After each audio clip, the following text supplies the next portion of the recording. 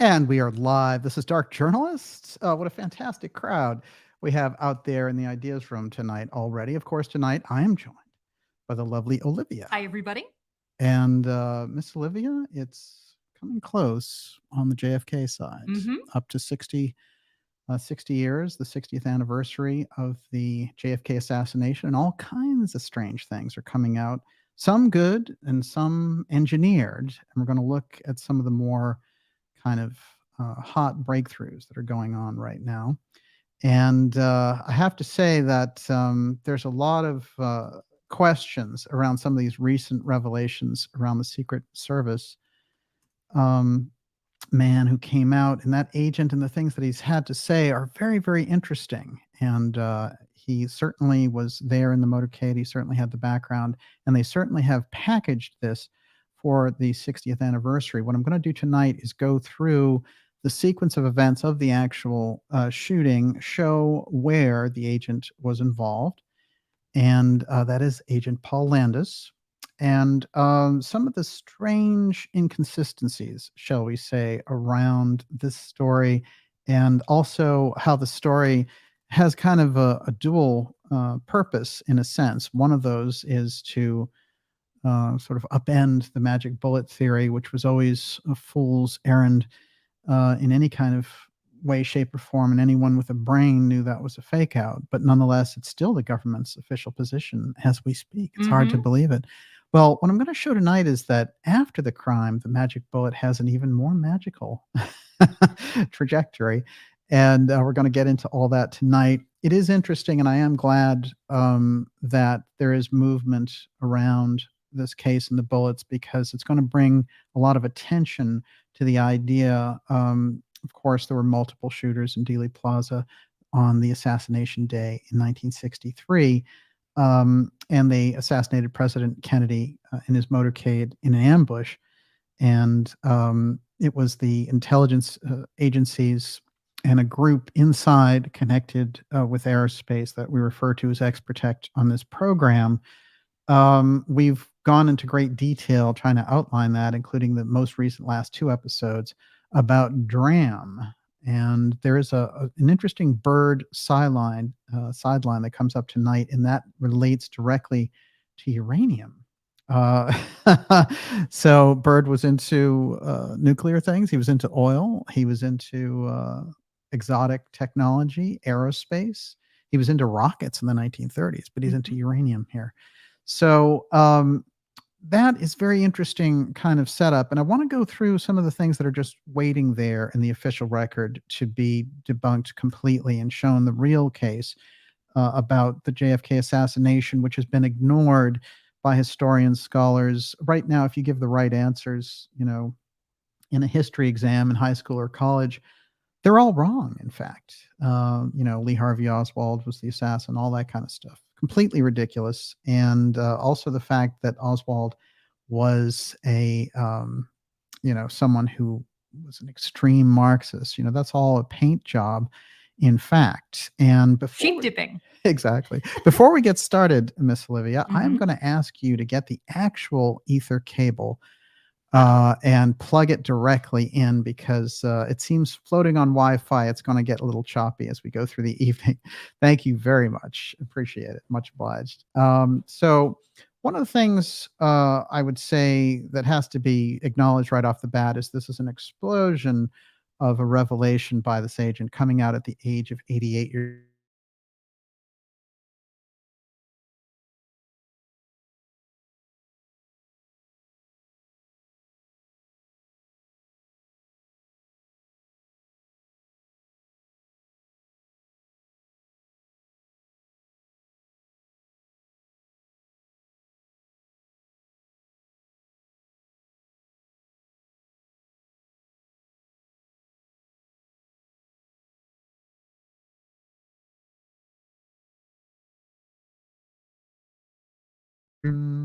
Aha. Okay. I think that we're back. Yes. Okay, good. Now, just bring up the Ethernet cord, and of course, yes. Just keep it afloat. So sorry about the interruption, everyone.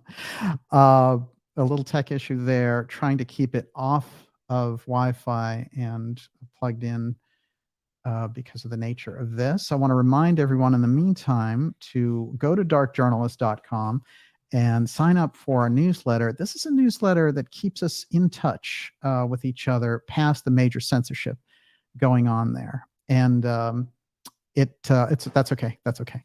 And for me, when I look at that, I think to myself, the enormous kind of suppression and censorship that we're under in relation to the show. And, that's something which people are sending me emails all the time saying they don't get notifications or whatever. But what's interesting to me is that, in fact, you can get around all of it by getting the newsletter. That'll come once a week. It's a free newsletter, and it lets you know the incredible shows that we have coming up.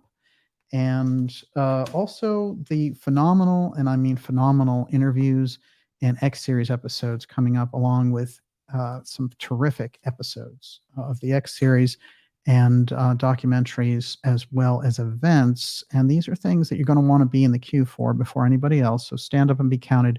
Go to darkjournalist.com. It takes about 20 seconds to sign up for that newsletter. And make sure, especially if you're new, to sign up for it, or else you're going to miss a lot of good stuff. And I want to remind you also that we're going to be taking your questions in the second half of tonight's program.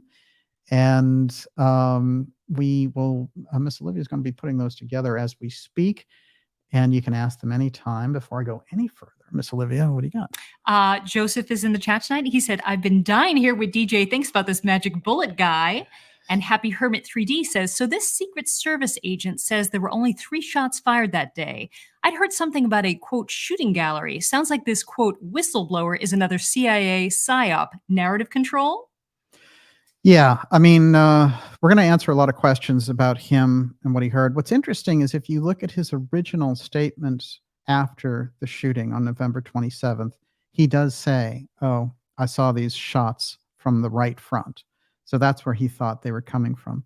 Later, he retired, of course. And then when he's coming back here, he doesn't really want to get into that aspect of it. What he wants to do is get across the point that he found this bullet in the limousine. So let's follow his story first. And of course, with an open mind. Unfortunately, there are some odd things that enter into the picture that show us that, the narrative around the Kennedy case has been so manipulated. So when you get into any kind of deep state analysis, when you get into the core of conspiracy or whatever, the JFK case is kind of the alpha and the omega, because what happens is the case is still actively being covered up. And there's a reason for that, because it went right to the core of the deep state power base that President Kennedy challenged. Now, the problem is that deep state base is still running things and still in control. And they don't want to show, along the way, we overthrew democracy in 1963. That's a big problem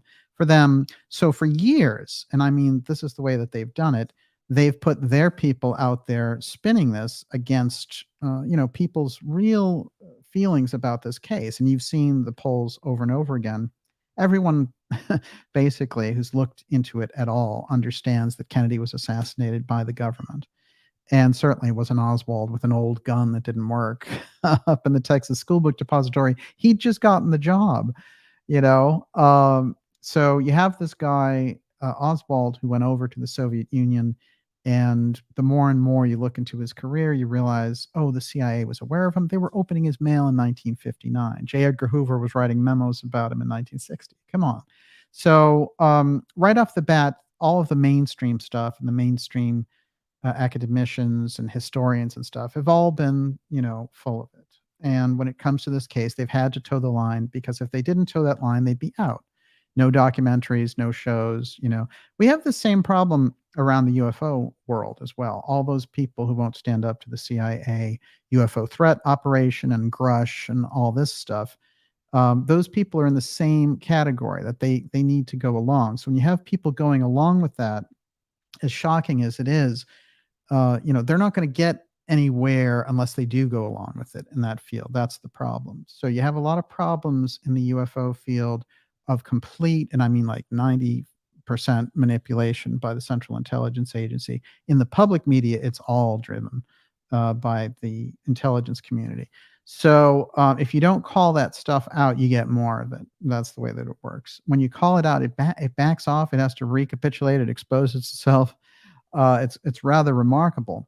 But if you want to study what the deep state is about, if you want to understand the nature of the government now and the reason that we're doing things like bringing ourselves to the brink of World War III in Ukraine against Russia, you have to understand the dimensions of dethroning Camelot, the dimensions of removing a president that was working against this war machine and had a vision of peace and freedom and understood, based on his own battles there with his own Pentagon and CIA and the Russians, that, any miscalculation could cause the end of civilization. He thought it was absurd. In fact, Kennedy was the one who installed the hotline between Russia and the United States. And this is absolutely crucial to reduce tensions, nuclear tensions, because in his famous speech at American University in June of 1963, he said, "We can never afford to fight a war in which the fruits of victory will be ashes in our mouth." There's no point to a nuclear exchange. But there is a strange thing in what we're dealing with now, because there's a fantasy element going on in relation to how we deal with things, because they have more weapons and more exotic weapons than nuclear weapons. And they have since the 1980s at least. So in a way, framing this as just a nuclear problem is really not the way to do it. It's what else do they have that's in play here? But in any case, facing off against the Russians' advanced technology and advanced weaponry versus ours, in fact, they have more nuclear warheads than we do, is insanity. And they've paid the price in Ukraine. You have over 600,000 casualties of that war. That isn't, we lost 58,000 Americans in Vietnam.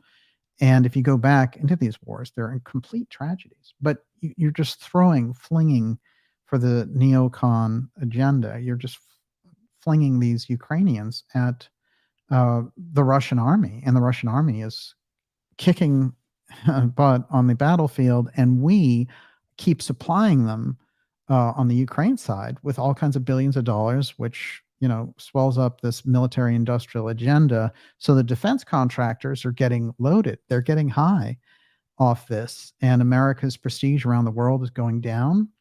And in the middle of all that, Stepford Biden is loading this country up with tons and tons of mass migration from countries that don't like us. So, the idea of staging terror attacks and all the rest of it, look, they have 250,000 Homeland Security employees. Most of them are fixated on Americans and, housewives who go to school meetings and say, there's something wrong with you teaching my kid all this sex stuff at 6 years old. And, they go on the Homeland Security hot list. But in the meantime, they're letting all these 7,000 people a day across the border. So it's an insane system. It has to be stopped, and it has to be stopped at the 2024 election. That's where it can happen. And of course, we have Bobby Kennedy running in the race and Trump on the other side. Between the two, you can smash the Biden regime, which is completely insane and off the rails, as we know.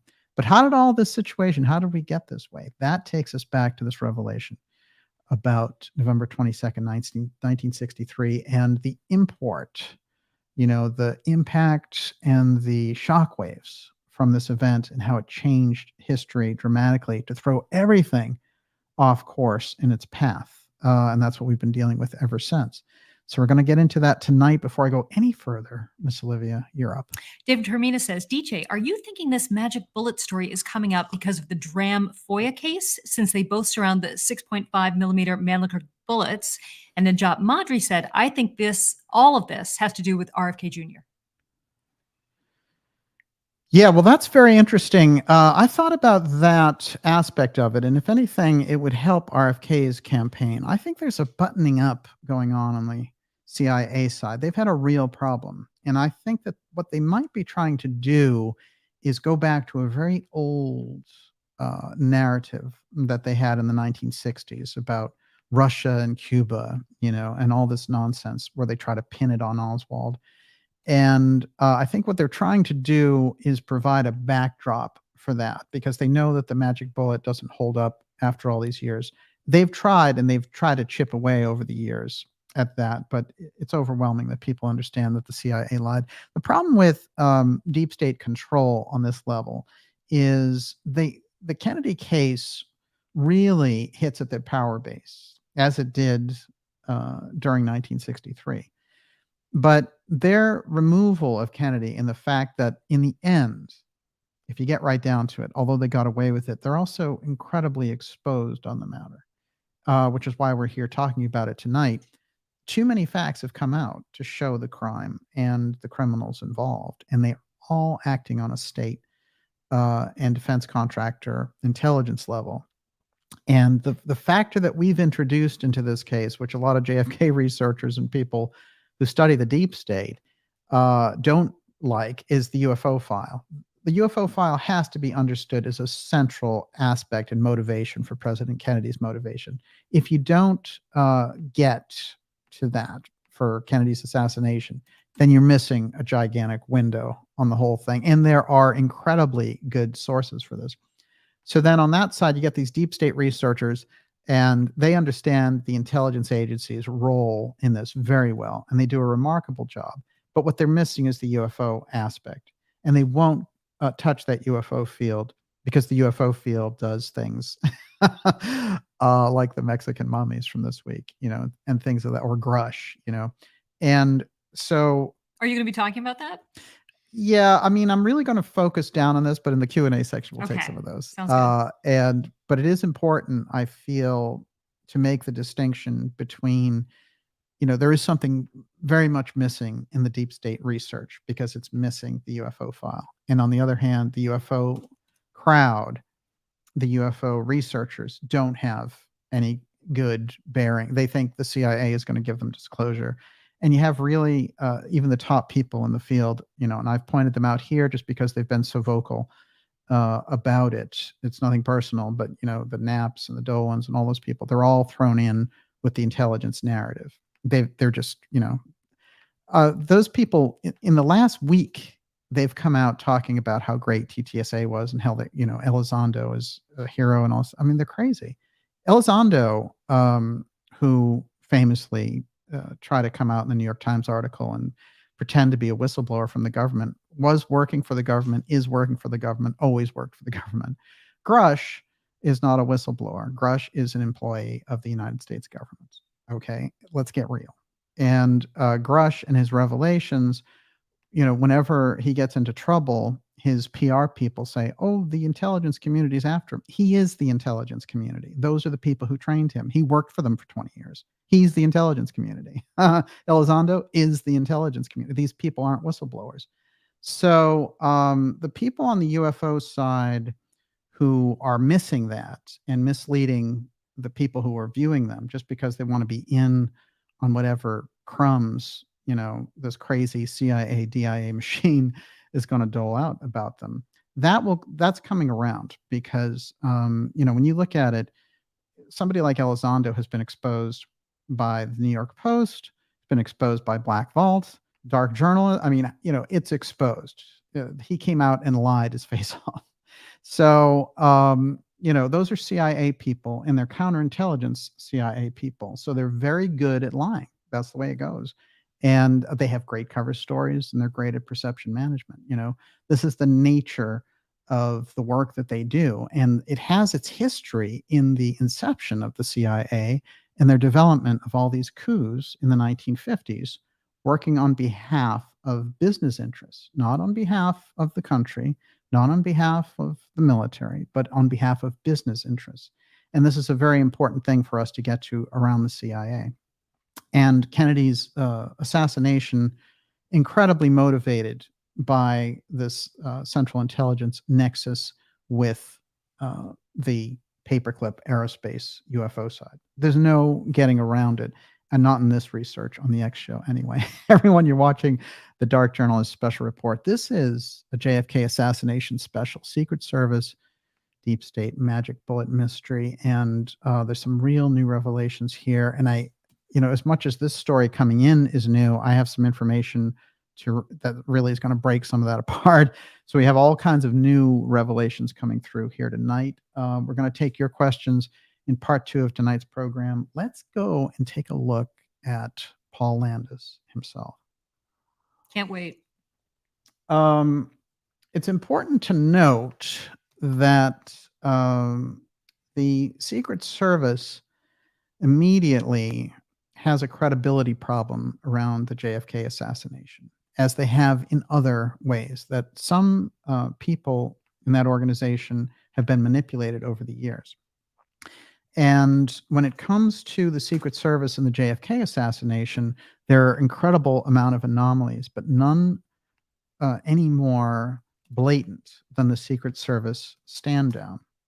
Now, this occurred when President Kennedy arrived in Love Field, and he got off the plane and he went into the famous limousine, and the driver there was William Greer, and the agent in the same riding with Greer was Agent Kellerman. Now, it's interesting because there's something strange that happened right off the bat before we even got to Love Field, which is the driver that Kennedy ordinarily had was someone who'd been with him for years. He died of a heart attack at age 51, only a month previous. So that's where you get Greer as the driver in Dallas. Otherwise, you would have had this other person. And I get into him tonight because I think it's significant. Anything that shows a shift, just like when we get into the Robert Kennedy assassination case, you've got Thane Eugene Caesar as his security guard, but Thane Eugene Caesar had only been hired 3 days before. See, whenever you see that kind of a thing, you know to at least watch a little bit closer, because it seems like people are being put into position on purpose. So when we get into the actual incident and the assassination itself, we've got the driver acting strangely. And years later, the CIA itself would put out a meme that, oh, the driver did it. And they loved this. And they leaked it through John Lear, the big UFO guy, to William Cooper.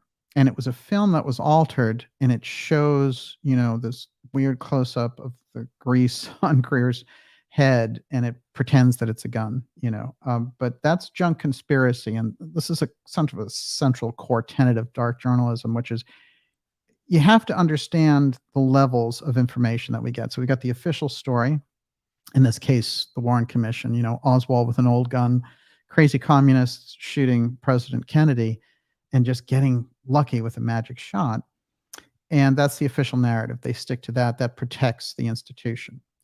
Then you have all of these writers, professors, researchers breaking through that and realizing, oh, this is complete bunk.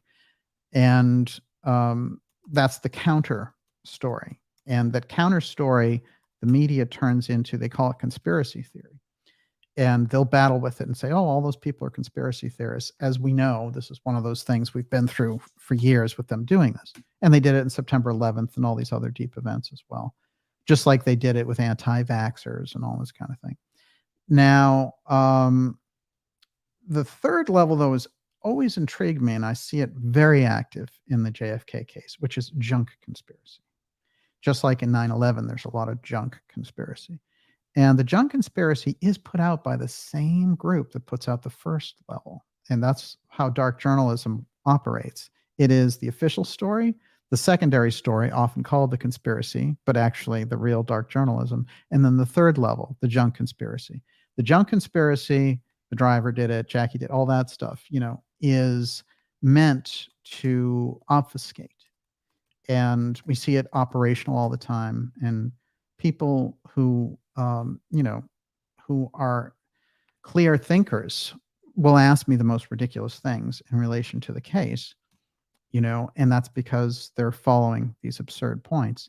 But once you understand junk conspiracy, you can instantly clear the decks of about half of the things that get said around the case. That's important because there's so much real anomalies, conspiracy, whatever you want to call it, in the case, that you don't need the junk conspiracy or things of that nature. And it's the same group, again, who's putting out the official version that's doing that. So when we get into the Secret Service stand down, it's interesting because it's undeniable.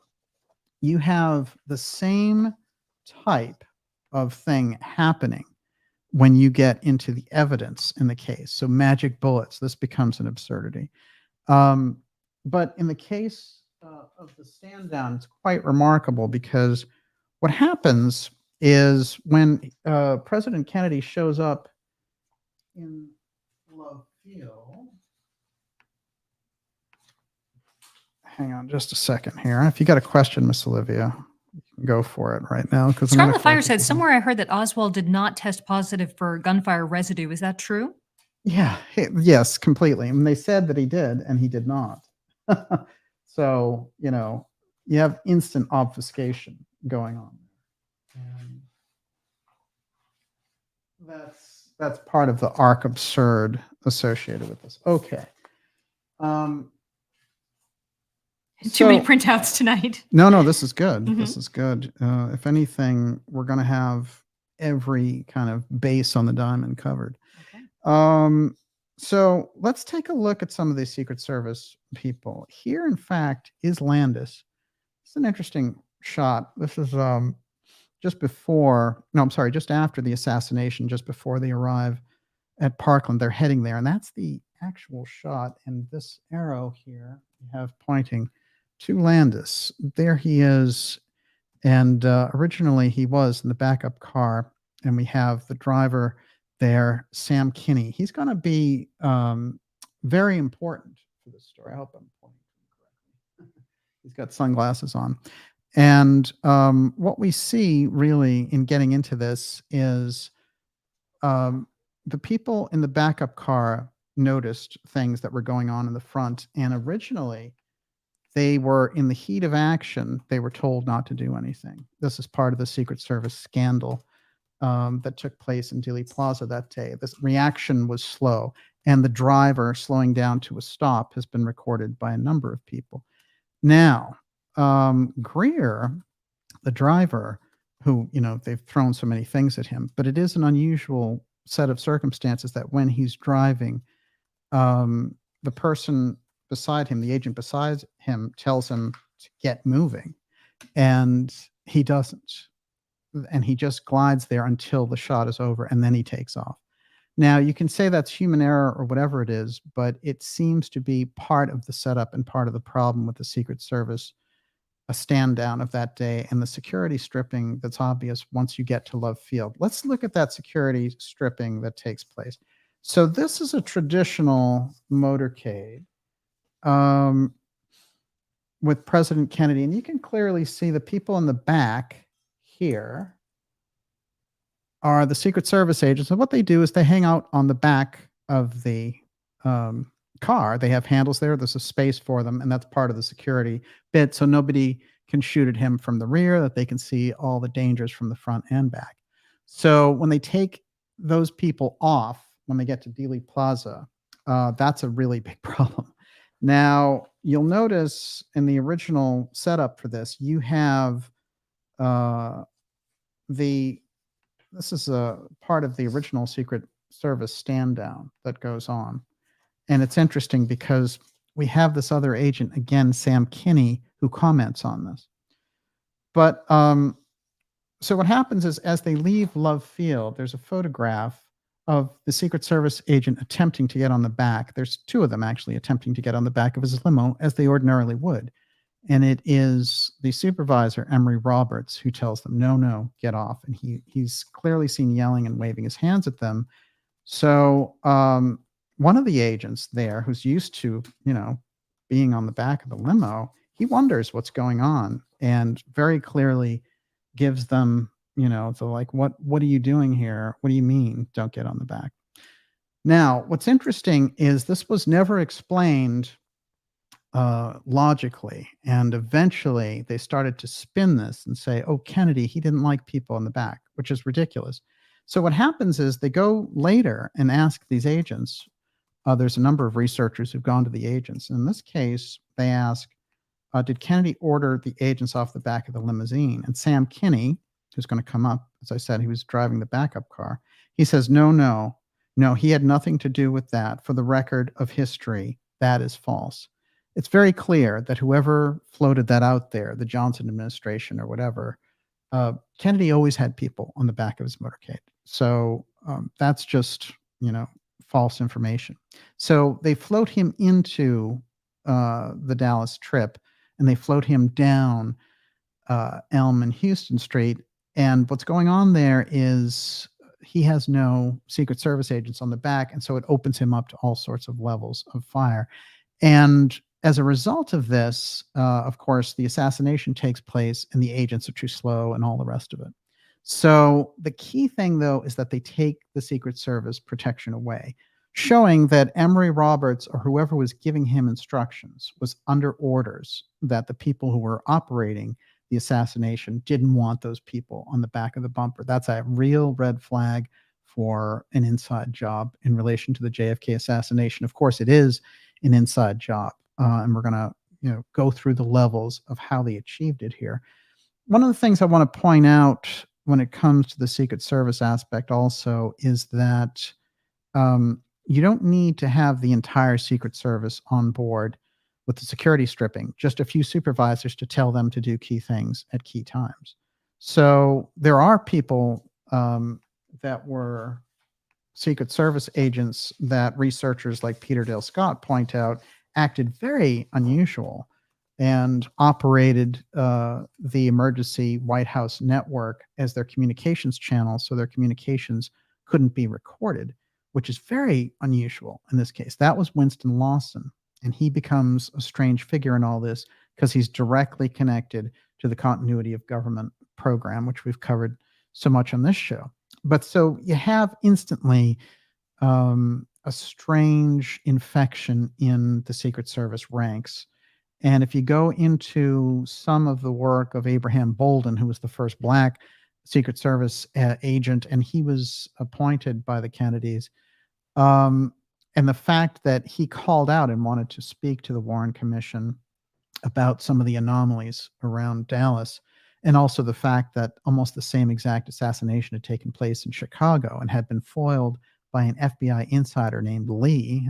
That rings a few bells. But instead, he wound up in a case where they accused him of bribery, and he spent time in prison. And it wasn't until last year that he got pardoned. And it's a miracle that he did, but it's been obvious for years that he had nothing to do with the case of bribery. Now, so keep that in mind in terms of the background. That's what you usually see in the motorcade.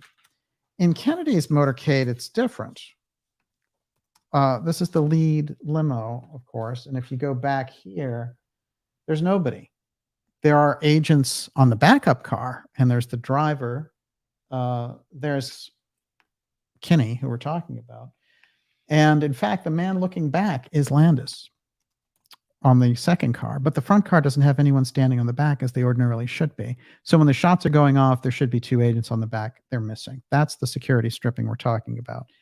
So when we hear these stories about the Secret Service protection and how it wasn't ordinary on that day and that there were a lot of failures, that one is the most blatant, and it comes from the leadership. It's not like, oh, some agent made a mistake and wasn't on the back of the limo. This is the supervisor saying, get off that limo. And obviously he knows there's going to be shooting and those guys can't be on there. There's another interesting story in relation to this about LBJ that morning. And it's interesting because LBJ, his best friend was John Connally, who was the governor of Texas. And he kept insisting to JFK that Connally be in the backup car with him, and that Ralph Yarborough, the senator from Texas, be in the motorcade with Kennedy. And he goes so furious that morning that Kennedy can't figure out what's going on. But Jackie, in her own memoirs, goes to state, well, you know what? That morning, there was such a fight going on between LBJ and JFK that I've never heard my husband's voice louder, repudiating this guy who was freaking out, saying, you have to put Connally with me and ride with Yarborough.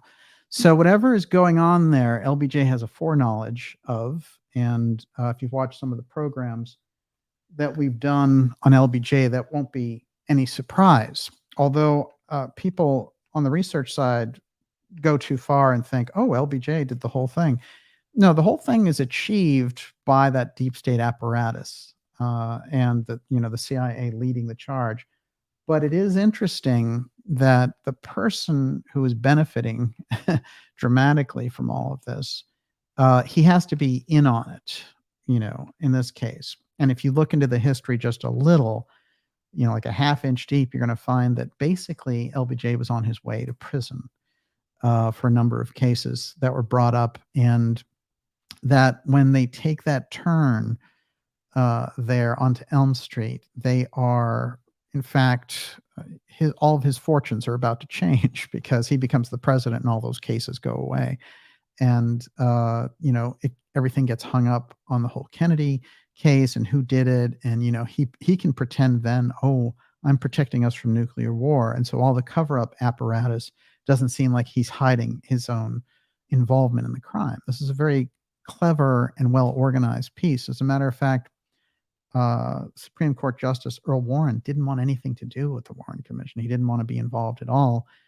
And LBJ said, oh, well, we found out that, basically Oswald is a Russian assassin and there's going to be a nuclear war over it. So you have to.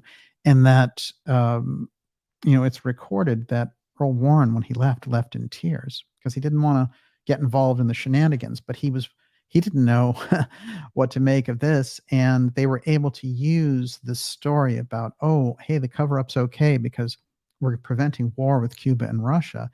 And that's the whole dangle of Oswald being in the middle of this. Once we get our heads around it, we can see not only are the people, this is a multi-layered setup and cover-up, so that not only are they committing the crime, but then in order to get the other apparatus to go along with them, they're creating this other thing, which is, oh, Oswald's a Russian assassin. That was completely fake. Oswald had been working the summer before for incredibly right-wing former FBI chief of Chicago in New Orleans. So, how can you get a guy who's this huge left-winger working for the ultimate arc right-wing guy? It doesn't make any sense. And as we know, Oswald was used dramatically by intelligence agencies, but this is the story that they put over it all. So whenever you hear somebody say, when it comes to the JFK assassination, well, how could you get all these people on board?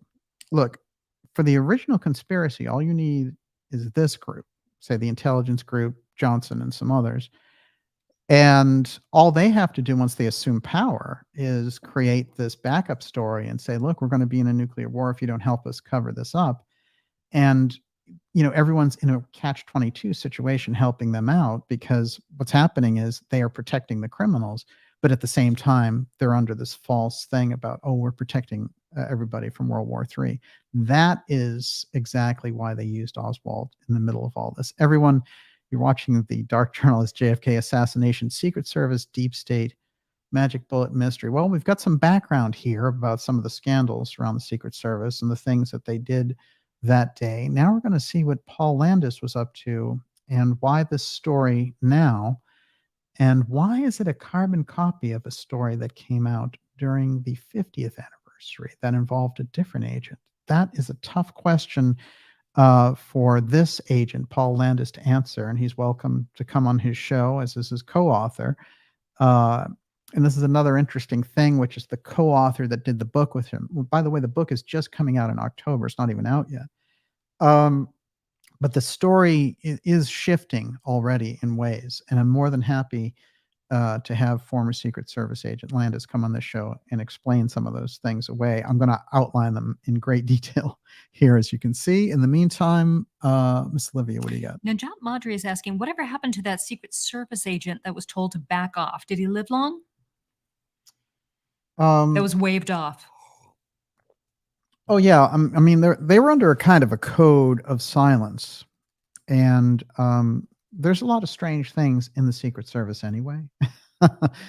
But once you're the leadership side, if you go against the leadership side, you're putting yourself in the middle of all kinds of bows and arrows. So very often, if you just kind of go along to get along, that's how your career goes well. I think the first two things we can say about the case that are unusual is the driver switch out, his strange death.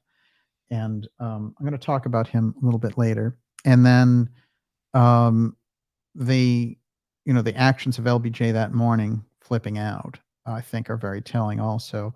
The security stripping of the Secret Service next, coming out of Love Field, these things are adding up immediately. The placement of Oswald, their Patsy, in the D.H. Byrd building, and the putting him there for $1.25 an hour 6 weeks before the assassination, when no one even knew the route except for people deep, deep inside the government. So somebody on that deep, deep level had to place him there and then set up the motorcade piece. And that's where you get into some of the things about the Dallas mayor, for example, Mayor Cabell, because Kennedy had fired his brother, the deputy CIA director, along with Dulles, because of the Cuban invasion they tried to con Kennedy into, which would have turned into a nuclear exchange. So Kennedy was right to avoid getting involved in their shenanigans. And they thought, this guy's young, he's green, we can push him into this and he'll have to go along with it, or he won't be able to save face. But Kennedy said, I'm the responsible officer of the government. I'll take the blame for it. But if this was, and this is famously the conversation he had with Dulles, which is he said, if this is the UK, if this was the UK, I'd have to go. And you could, continue on in your role. But because this is the United States of America, you have to go. So you can imagine the shockwaves for Dulles, who pretty much ruled the roost and was able to con presidents and all the rest of it for decades.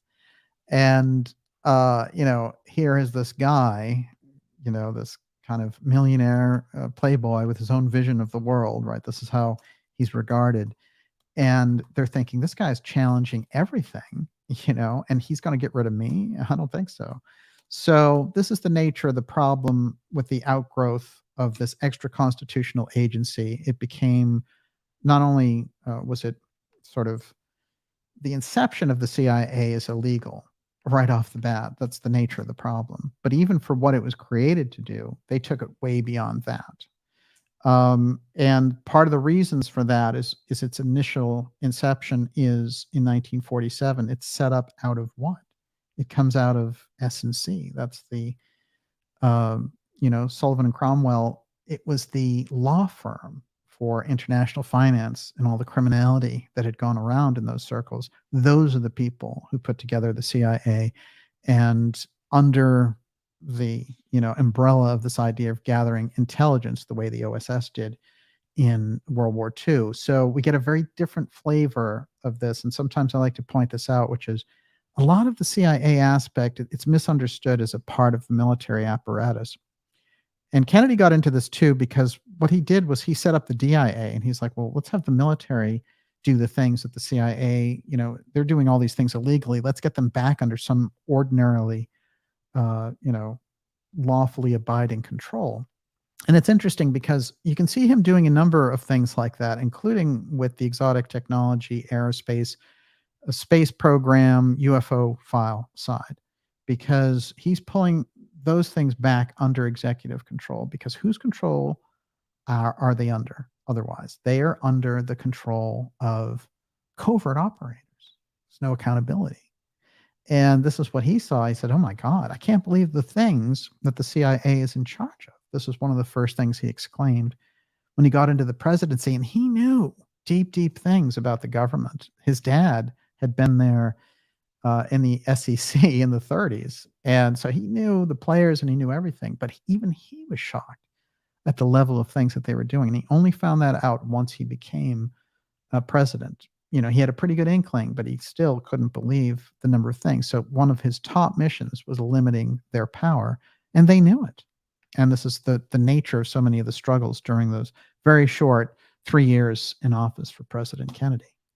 So let's go into our friend here, Paul Landis, and the things that he's saying. Now, he is assigned to Jackie Kennedy, in fact. And he's got a distinguished career as a Secret Service agent, and he certainly, was so devastated by the Kennedy assassination that he ended up retiring very early. As soon as Johnson gets in, he's out basically. So you hear little things about him over the years, not much, but there's a little bit of like, he'll show up for a special or whatever it happens to be, but he never talks about this bullet at all. It never comes up. So the first time that he's brought this up now at the age of 88 was just a couple of weeks ago. And it's an unusual story that when President Kennedy was assassinated and Jackie left the car, he saw a bullet. And the bullet was on the seat and it was sitting there. Now, there's a lot of articles, New York Times, Vanity Fair, who were talking about it being bullet lodged and all this stuff. He never says that. He just says it was sitting on top. And I'm going to point out exactly where this was in the vehicle, but just to kind of get us in the mode. And what he's saying is that basically he sees this bullet that's completely pristine just sitting there. And that he looks at it and there's so much of a rush around the car and they've taken the president into Parkland that basically what he decides to do is put the bullet in his pocket. Now, Mrs. Kennedy goes into the hospital and Clint Hill is there and all the rest of it, these other Secret Service agents. And then I'm gonna read from his own words what happens. And it sounds like a very traumatic event, of course. This is the Daily Mail giving an outline of it. Then I'm going to read the New York Times Vanity Fair snippets. Everyone, you're watching the dark journalist JFK Assassination, Secret Service, Deep State Magic Bullet Mystery. We're going to be taking your questions in the second part of tonight's program. There's a lot of revelations coming along here. It's great to have so many of you here with us. And of course, Miss Olivia's putting together your questions, which you can ask now, and we'll go through those at the end of the show. Miss Olivia, how are you doing out there? Good. Vic's text says chain of custody, anyone? Oh, yeah. Forget about it. In terms of, wait till you get into the magic bullet side, because any idea of a normal legal case, none of this stuff would hold up. As a matter of fact, I've asked and featured in documentaries and things like that, people who are legal authorities, judges and everything else, nobody thinks that the case against Oswald would have stuck at all, because there's no chain of custody for so many of the things that they accuse him of, and all of the things that they incriminate him on in the public domain. All of that incriminating evidence comes out of the Payne household, where his wife is staying. So there's, it's like, wait a minute. Everything, hey, look, here's a letter of Lee writing the Soviet embassy. Hey, look, here's a picture of him holding a gun. That's very, very suspect. And of course, they set up Oswald. He's the classic patsy, just as this is kind of the classic story of an overthrow of a government. They used a classic method. And what went wrong, really, is that the execution aspect, the assassination went very well, but the cover-up had a lot of problems. And this is the problem 60 years out that they still have, and they're still applying different methods to cover up. Okay, first article. And I want to say that this is what I want to call story one, all right, because there's story two is coming. November 22nd, 1963, Landis was a young Secret Service agent assigned to protect First Lady Jackie Kennedy, who was seated beside the president in the motorcade. In his new account, he said that in the chaos following the shooting, he picked up a nearly pristine bullet sitting on top of the back seat of the open limousine to preserve it as evidence. It was just behind where Kennedy was sitting when he was killed, he says. Landis says he took the projectile and placed it on the president's hospital stretcher to preserve it for autopsy investigators. Landis speculated the bullet may have rolled onto Connolly's stretcher from Kennedy's while they were next to each other, giving rise to the official report of where it was found.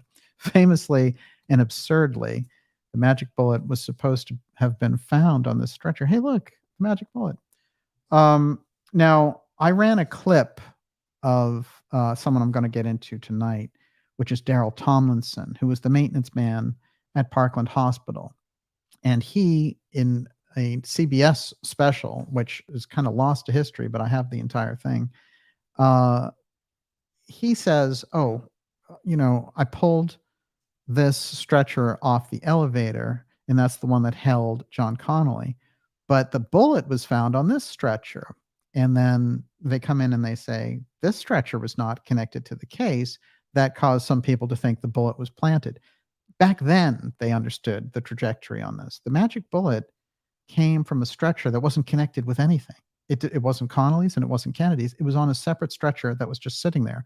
So somebody got it wrong and placed this phony bullet. And I've got some good candidates for who did that. Now, they needed to do that with the bullet because they needed to connect it to Oswald's rifle. So originally, and I'm going to get into this, but Roger Craig, he goes into the depository, and he, along with another policeman, Seymour Weitzman, give an affidavit that the rifle that they find is a 7.65 Mauser rifle. So that's on record. And Craig comes out, and sticks to his guns, and basically they throw him off the force for disagreeing with the official narrative. But he says, stamped right on the bottom of the barrel, it said 7.65 Mauser. And then Weitzman said, oh, look, it is a Mauser. And he owned a sporting goods store, so he knew guns. So therefore, the whole thing about the Mannlicher Carcano is a plant. They knew that this was Oswald's gun. Somebody planted it in the depository. And then you need the bullet planted that matches the gun. So we're already into very, very strange territory when it comes to that. There's another weird thing, which is that the Mannlicher Carcano that Oswald ordered, he ordered through the mail under a different name, Alec Heidel. And one of the great things that Professor Scott, who's done remarkable research on this, put on record is that the jobs that he was doing for the intelligence agencies were meant to give him a trail as an assassin. So what they would do is say, you're going to crack this ring of people ordering these weapons through the mail. So you do it, and you do it under a phony name. And so then he goes and does it. And later they use that against him, just like they use it against him when he comes on TV in New Orleans and says, I'm a Marxist, So they're giving him these jobs, and they're kind of like fattening up the Thanksgiving turkey, as Jim Garrison would say. So we have to keep that in mind when we get around the Oswald story. So now let's bring back to the stretcher and the bullets. So Tomlinson, the maintenance man, what does he find? He finds CE 399. That is the magic bullet, and it's in perfect shape. But supposedly, that bullet had gone through President Kennedy's back, come out his neck, and then caused 5 wounds on Governor Connolly in the front seat, and was in his thigh and fell out on the stretcher. But now we know, it wasn't even found on that stretcher. So anyone who looks into the case has to understand the whole thing about the Connolly stretcher and finding the bullet there. That was already myth-making. It didn't happen. The actual person who found the bullet said, I found it on this stretcher, not connected to the case. Now, there were people, there are a number of things where people were challenging this. And I put out on Twitter, and it's there now. There's a post there, a 2-minute video of Tomlinson. And it's also in a documentary I made, which it's like 9 years ago now, Agent Oswald.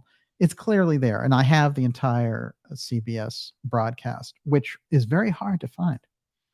So I can see why they wanted to suppress this particular bit. But there's a thing about Tomlinson, which I'm going to show as we get along here, which is that Tomlinson was later shown the magic bullet, as was the supervisor at Parkland Hospital that he turned it over to. And both of them said, that's not the bullet that we took off the stretcher. So they, this gets weirder still, because obviously the bullet that they found is a different bullet. So this is why Landis' story gets so interesting. But let's go along here. Landis speculated the bullet may have rolled onto Connolly's stretcher from Kennedy's while they were next to each other, giving rise to the official report of where it was found. It's also possible that the hospital staffer who found the bullet and handed it over to the Secret Service misidentified which stretcher it was from. Well, he's the witness. I mean, he found the bullet. What do you want to do? Say that he was wrong? It has long been known that the magic bullet, the bullet that supposedly passed through Kennedy's neck from the rear, entered Connolly's right shoulder, struck his rib, exited his right nipple, passed through his wrist, and hit his left thigh. But Landis's assertion that the bullet had actually fallen from a shell wound in Kennedy in his Cadillac could lay waste to the magic bullet theory and bolster the claim that Oswald did not operate alone on the day of the murder. Of course, Oswald didn't. So them raising this is interesting here because they're using one of their own, the Secret Service guy in order to do it. This gentleman, O.P. Wright, he is the person that Tomlinson gave the bullet to, and he was the personnel officer at Parkland Hospital, and they handed him the bullet and said, is this the bullet that he gave you? And he said, no. So we have pictures of the bullet, and I'll get into that later, but this interesting incident of this bullet, as I said, as soon as it's shot and does all those ridiculous things, then it becomes more ridiculous because there's so many multiple instances of the bullet and what it is that we get into strange territory. But the strangest still is our friend here, Landis, because he's decided at age 88, look, I've been traumatized. I've gone through these different things, and that's why I'm coming forward. Okay, fine. I can totally appreciate that. And I think he did have something to get off his chest, but there's a problem. And I'm going to get into the problem first so we can get some the wheels turning before we dive back deeper into him. So already we have this thing about the bumped stretcher. Now, the New York Times promotes the same exact thing. And I have the entire article. I'm just going to read a tiny snippet here about this section, and I may go back to this as well. But anyway, it says, he realized that what he read about the assassination was not quite right, not as he remembered it. As it turns out, if his recollections are correct, the much-discussed magic bullet may not have been so magic at all. His memory challenges the theory advanced by the Warren Commission that has been the subject of so much speculation and debate over the years. And I want to say about the magic bullet that it was created out of thin air by a guy who was a junior counselor. And he created this whole thing, Arlen Inspector, and he just made it up. He was like, this is how it goes. He didn't know anything about bullets or anything. He was just a legal guy who made this ridiculous concept stick. And then he was sort of given the gift of becoming senator from Pennsylvania. This is how this works. Gerald Ford served on the Warren Commission, went along with all the BS, and he became vice president and president. Anyone who was on the commission who went along with it did quite well. Guys like Hale Boggs, who sounded the alarm on it and said, J. Edgar Hoover's running a Gestapo, they go down in weird plane crashes and stuff. And I always say this about assassins and all the rest of it. They're like, well, there are assassins in history and all the rest of it. Look, you've got LBJ, Nixon, all these deep staters involved. Those assassination attempts don't work out, but the ones against the freedom fighters like Kennedy, MLK, and RFK, those come off without a hitch. So you have to look at it. If you look at it simply as a war of the deep state against the public state, the whole thing makes a lot more sense. And, they certainly, in the 1960s, that was a civil war, and our side lost. The deep state won. The covert side won. The overt side struggled to explain it. And there were a number of hearings and things. There's work from the Pike Commission from 1975 that went so deep into the intelligence communities that you won't see those records until 2050, and they'll probably all be burned before then. But the second House Assassinations Committee that went into the Kennedy case, those records aren't available till 2029. And we already know that the Kennedy records themselves, which were supposed to come out October 26, 2017, those things are now 6 years late, and they're mandated. That's a law that was drawn up in 1992. So, this is what I call stealth archives. We have to understand stealth archives because this is how they operate. They're dangling things. And in some cases, it is one small group inside blackmailing the other side, saying, I'll let this out or whatever. And we need to kind of smash that entire process, which is why all the JFK records should come out now. It should be tomorrow. And instead, what they've done for the 60th anniversary is throw out this, Secret Service story. But, hiding behind that is President Biden, Stepford Biden up there saying, you know what? I'm not going to release any more records around the JFK thing. And so he's not going to go along with the law at all. This is unique. Usually they say, well, I'll kick the can down the road. He's just saying, I'm not going to release anything. Okay. Back to the crime and back to Landis. Are we back? We're back. All right. When it comes down to, this is the New York Times article, is a copper-jacketed 6.5 millimeter projectile. The Warren Commission decided that one of the bullets fired that day struck the president from behind, exited from the front of his throat, and continued to hit Connolly, somehow managing to injure his back, chest, wrist, and thigh. It seemed incredible that a single bullet could do all that, so skeptics called it the magic bullet theory. Investigators came to the conclusion partly because the bullet was found on the stretcher believed to have held Mr. Connolly at Parkland Memorial Hospital. So they assumed it had exited his body during efforts to save his life. But Mr. Landis, who was never interviewed by the Warren Commission, said that is not what happened. It's weird that they would leave him out, considering he was so close to the action. In fact, he said he was the one who found the bullet, and he found it not in the hospital near Mr. Connolly, but in the presidential limousine lodged in the back of the seat behind where Kennedy was sitting. Now, there's the lodged thing. So what he does is he comes out and he says it was sitting there right on top of the seat. He does not say lodged anywhere, but over and over again, Vanity Fair, New York Times, and all the rest, the thing is lodged. When he spotted the bullet after the motorcade arrived at the hospital, he said he grabbed it to thwart souvenir hunters. Then, for reasons that still seem fuzzy even to him, he said he entered the hospital and placed it next to Kennedy on the president's stretcher, assuming it could somehow help doctors figure out what had happened. At some point, he now guesses the stretchers must have pushed together and the bullet was shaken from one to another. So the Kennedy and Connolly stretchers were never together. There's a stretcher in the hallway outside of the trauma room that is anonymous. It has nothing to do, not connected to the case at all. It had to do with a 2-year-old boy who had a chin injury. The Kennedy stretcher, they bring directly into the trauma room and they work on him on the stretcher. So he's never transferred to an examination table. They're working too fast and feverishly to do any of that. What they do is they take him in directly. And it's interesting because this is weird.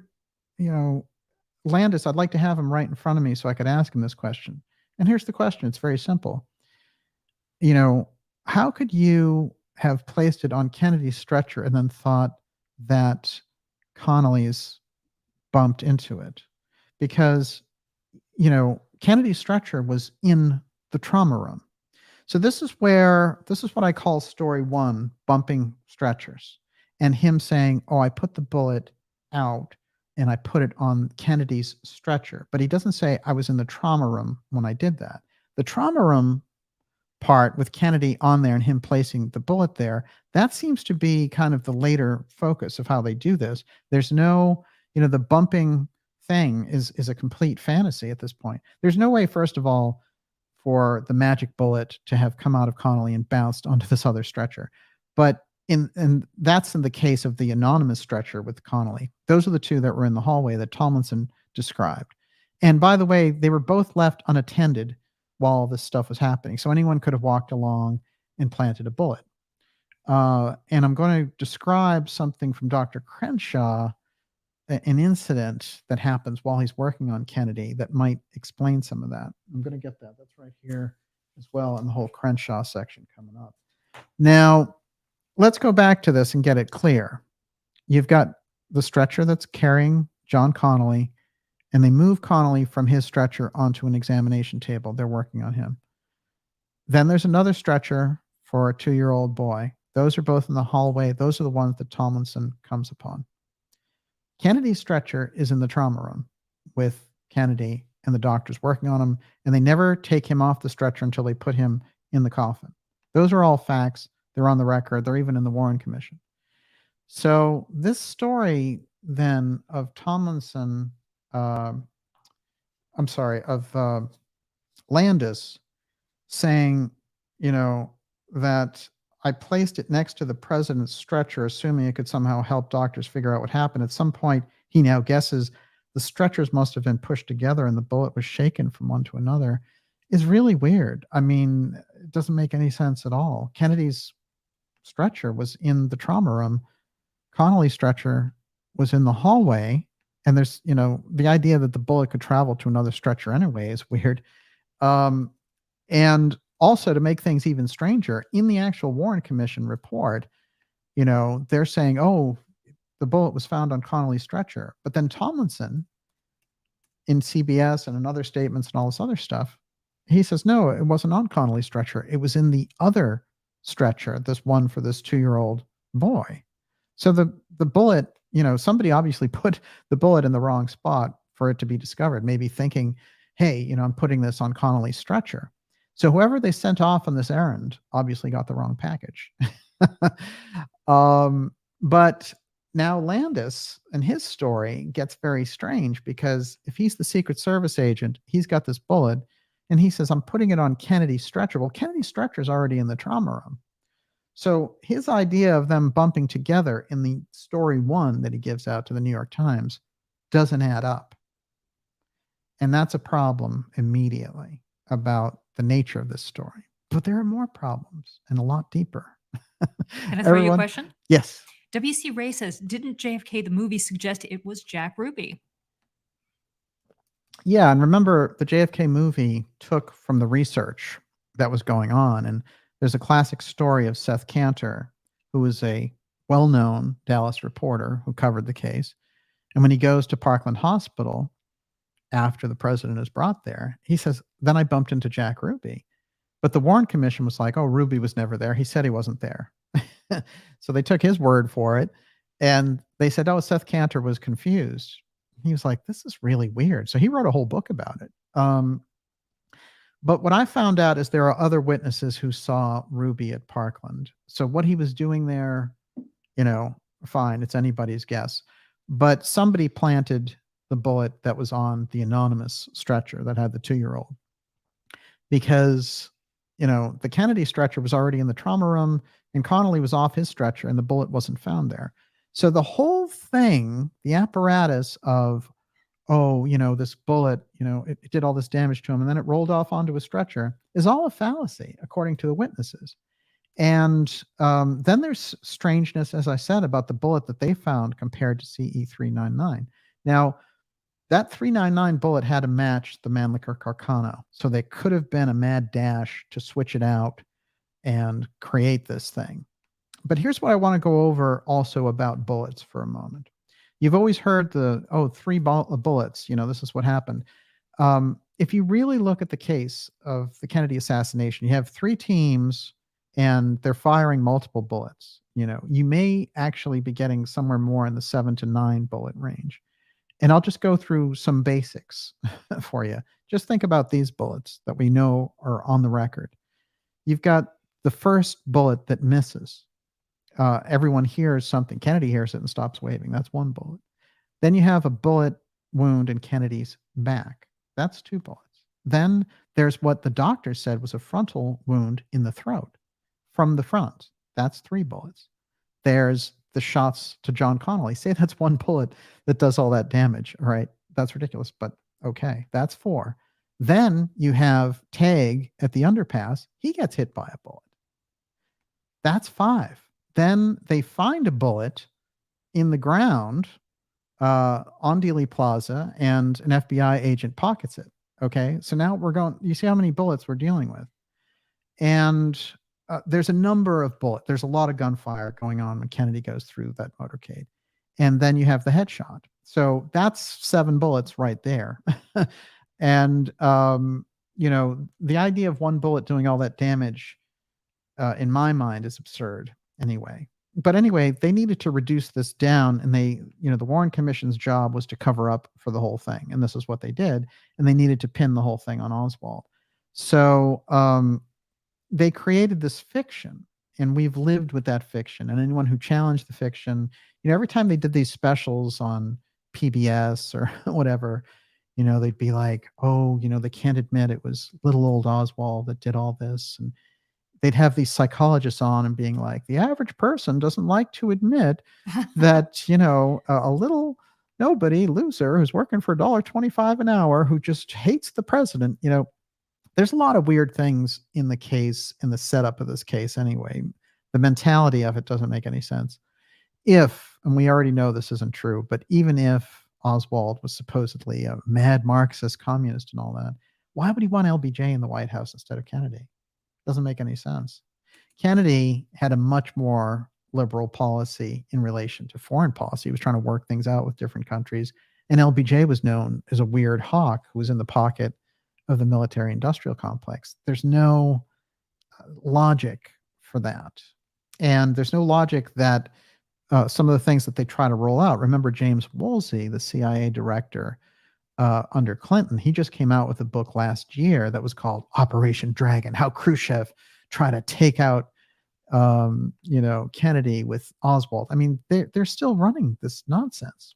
And, it's just time to let go of all that stuff. And the way that they're trying to do it here is coming through a weird channel where they have this guy, the Secret Service agent, and he's saying, I found this bullet.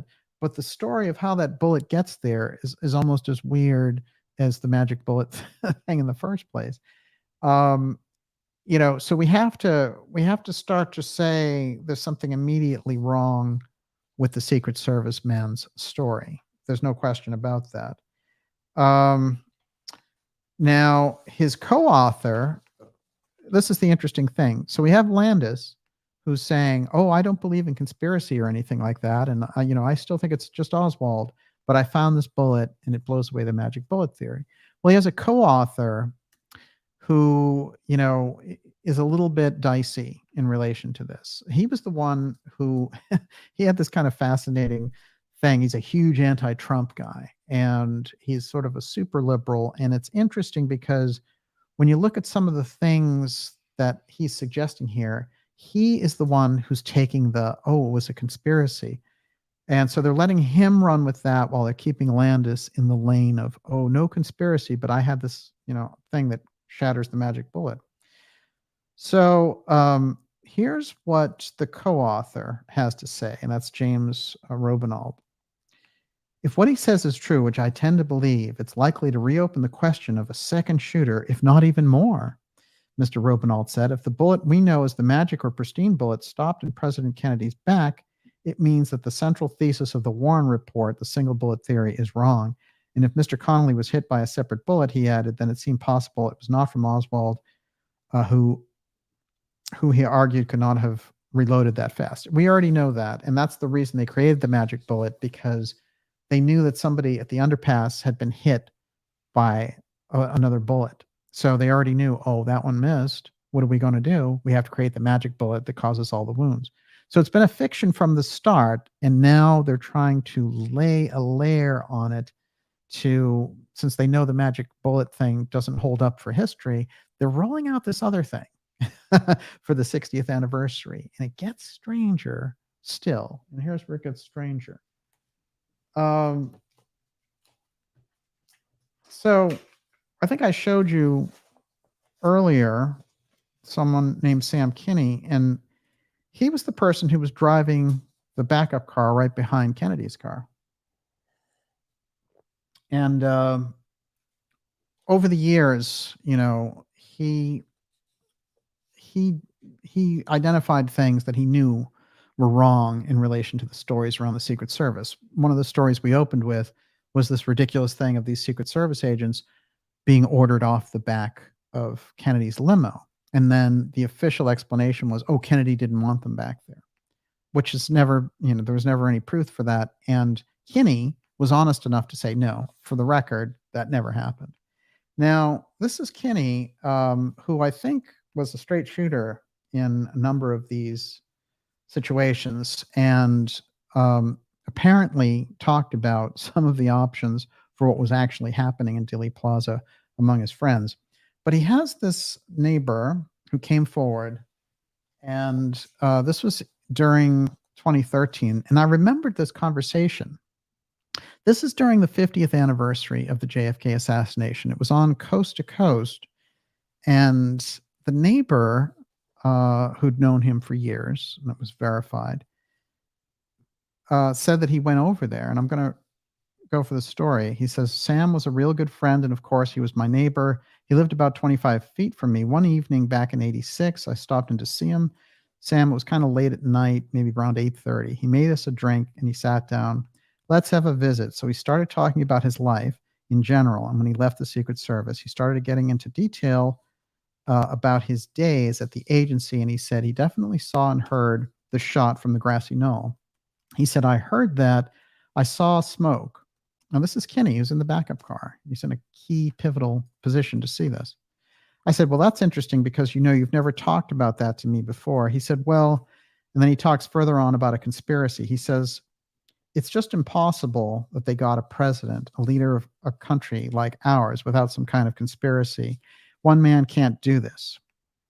It couldn't have happened this way. But when he said it, it had a lot more meaning. He was there. He was in the car behind the presidential limo. He had full field of vision. But then he told me something. It's kind of going to close the case on a 50-year-old mystery. Remember, this is 2013 and the 50th anniversary of the JFK assassination. This is the Secret Service agent Kinney, who drove the backup car, talking to his neighbor. And here's the neighbor on this late night program giving this out. And he says, the bullet came from, where the bullet came from and how it got there. That's the bullet that was found on a stretcher in Parkland Memorial Hospital. Sam had found this while cleaning up the car and going through the presidential car. And he just picked it up and laid it on that stretcher, never said a word. And when we got all done, he says, you can tell this stuff. And I said, okay, I'll tell it if you want to. I'll tell it, he says, but I think it's better to wait until I die. I said, okay. I said, I hope it isn't anytime soon.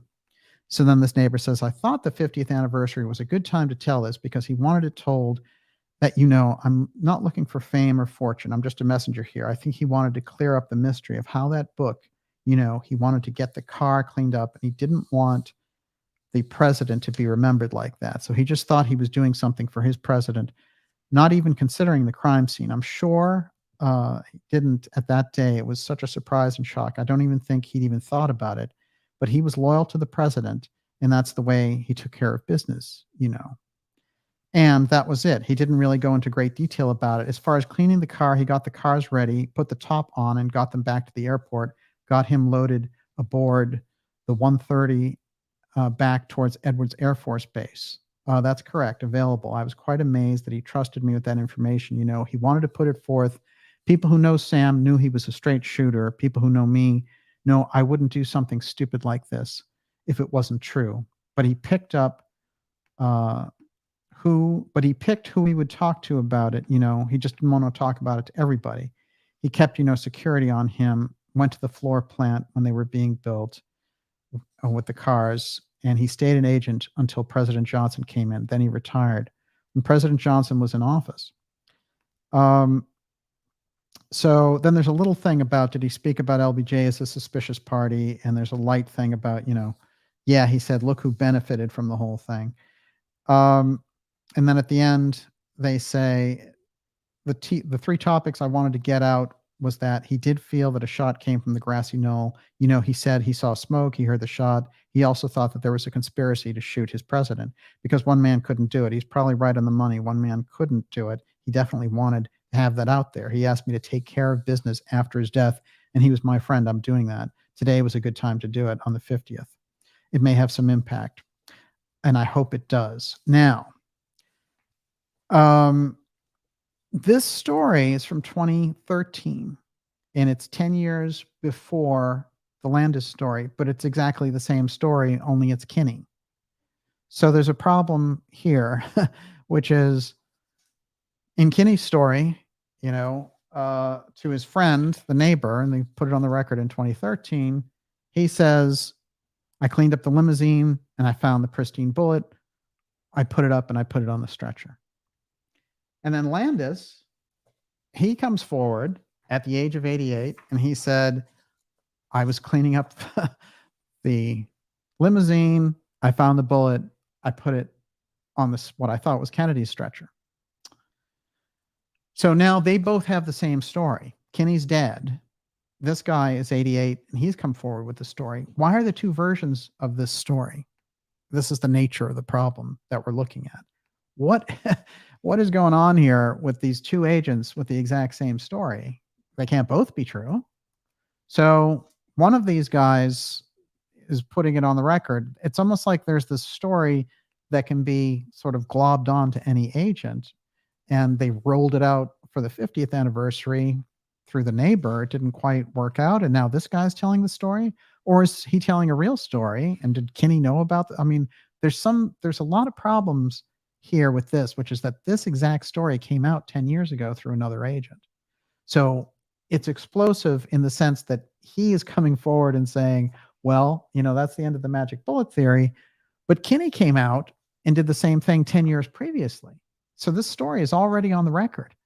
So that means that there's a lot of questions here for Landis and his co-author. Where did this other bullet, this other story of the same exact story? I found it in the limo. Did he talk to Kinney? Did Kinney tell him that story? Is he being the conduit for the story, or did it happen to him?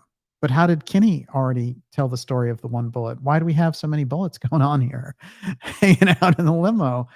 So there's a problem here. There's a narrative being moved through people that is exactly the same narrative, but with different operators. What does that tell us? It gets stranger still. Everyone, you're watching the JFK Assassination Secret Service Deep State Mystery, Magic Bullet Mystery.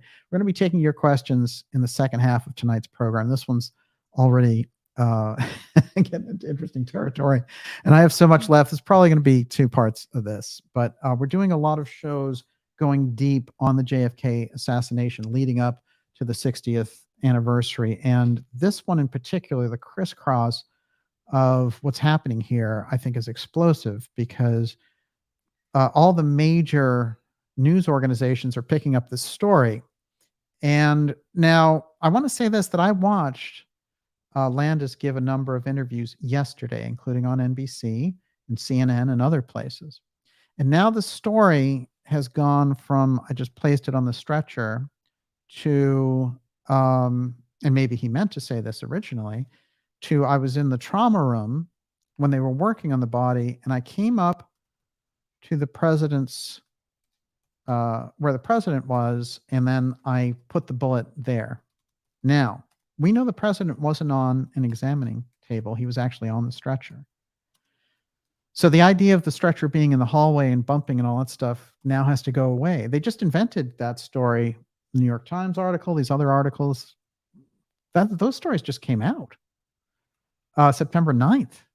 So, that's less than a week. And now the whole story has changed. He's in the trauma room doing it. Okay, so let's say that that's how it happened, because President Kennedy was actually on his stretcher.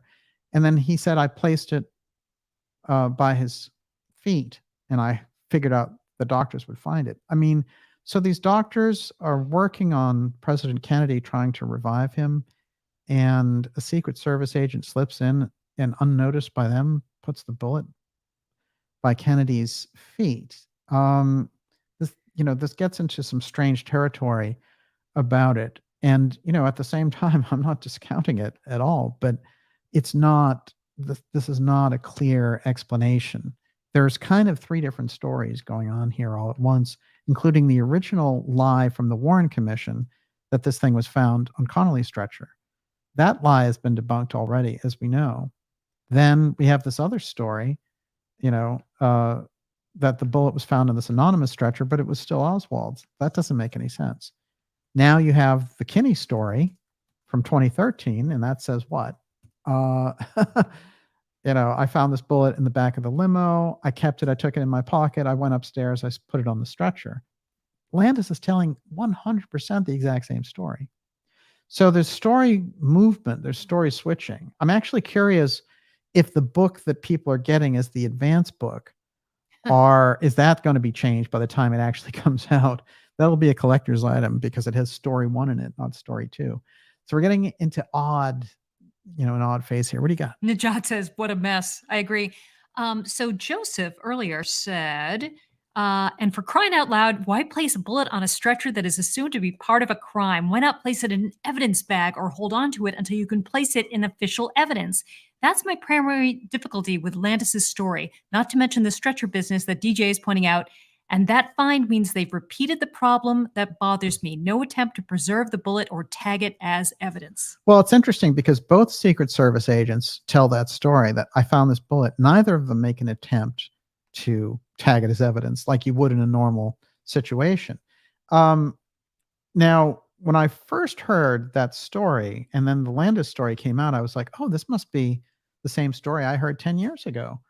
To find out that it's the same story but different people makes it very unusual indeed. But I also want to say I'm not discounting the fact that Landis could have been, at the scene of the crime, saw this other bullet, pocketed it, and went up to Parkland Hospital. The problem with it is somebody on their side has to explain the Kinney story coming out 10 years earlier, because otherwise it just looks like he adopted the Kinney story. So there are problems there. Somebody's going to have to open up with the truth around it, because that doesn't make any sense. Now, here's the upshot. They're teasing out through the co-author, who, as I said, is this like huge, anti-Trumper who was, when Trump got in, said Trump has to immediately resign and hand his presidency over to President Biden. This guy has an interesting and a kind of an odd career, but I can see that they said, well, this guy has already had books. Let him go in and work on this book with Landis. And, but for me, there's an inconsistency going on here because they're dangling this other guy out there saying, well, this smashes the magic bullet. So again, kind of like in the UFO arena, they're giving you sort of the false disclosure around the thing. Now, originally, they lied about the JFK assassination, the government, that is, the CIA in particular, and the Warren Commission. Then we know that in the UFO file, they lied about that. So with the UFO file thing, they come up with this UFO threat thing, and then they dangle, Grush and all that nonsense, which is a false disclosure. So the question is that what we're looking at here? I mean, we know there were multiple bullets. Anyone who believes in the magic bullet hasn't studied any of the evidence anyway. But for the broad public, they're rolling this out, and they're kind of, like I said, having it both ways, which is Landis is like, oh, no, I'm not saying anything about a conspiracy or whatever. I'm just telling my story. I wanted to tell my story. And this is where I think we have to separate out what was actually going on. I want to put two things on the record in terms of Crenshaw and the doctors in the hospital and where some of this could have happened. I think Crenshaw is important because he early on came forward and said the president was shot from the front. He had a front head wound and he had a front throat wound. So 2 bullets from the front is the way that he had it, and a bullet from the back. Now, Crenshaw took a lot of heat when he came out with his version. There's a couple of interesting things that he puts on the record here. Let's see if I can just... so he's talking about getting involved with this situation at Parkland, and they're calling on him to work on the president. And he's working there with Dr. McClellan, doing everything they can to revive the president, even though they know the minute the president gets in there, it's not looking good. Technically, he's still alive and has a pulse, but they know it's not looking good. Now, here's what he has to say about the magic bullet. Hospital engineer Daryl Tomlinson discovers an intact bullet on a stretcher and turns it over to hospital security director O.P. Wright. Wright attempts to turn over custody of the bullet to an FBI agent who refuses to accept it. He then gives it to Secret Service agent Richard Johnson. Both Tomlinson and Wright, when later shown a bullet alleged to be the one discovered at Parkland Hospital, declined to identify it as the one that they took off the stretcher.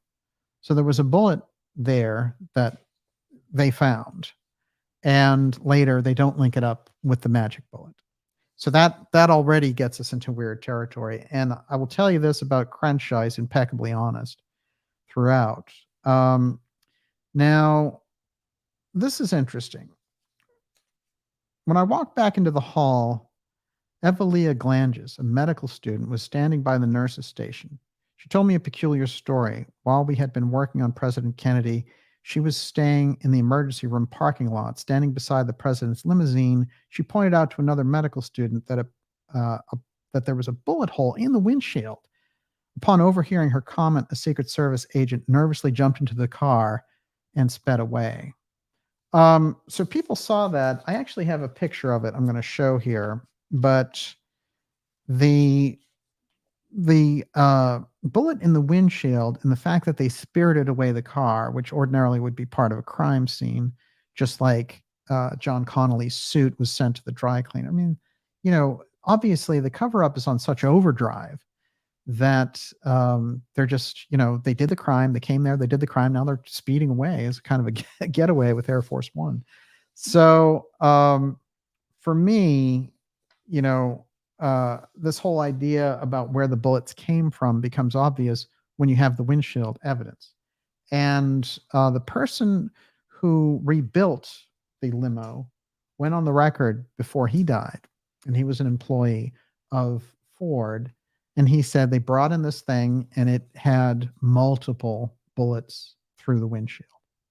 So that's all frontal. So the whole thing, they've been existing on a lie for 60 years with this case. What do you do with that? Obviously they removed President Kennedy for a very good reason on their part. And that's the whole thing about the deep state taking over America. But their case is so flimsy that they've defended it through the media and have people put to sleep about it. But regardless of that incredible apparatus of the media and the intelligence agencies, et cetera, what we have is the fact that over 60% of the public doesn't believe this story that they've put out there. That, I think, really gets us into some interesting territory. One last thing on Tomlinson and Wright. This is an FBI declassified document, and this one came out as part of the rolling release. This one came out during the Trump administration. And it says, they're talking all about the bullets and all the rest of it. And it says, for information, neither Daryl Tomlinson, who found the bullet at Parkland Hospital, nor O.P. Wright, personnel officer for Parkland Hospital, who obtained the bullet from Tomlinson and gave it to Special Agent Johnson, Secret Service in Dallas in 1963, 11/22, can identify the bullet.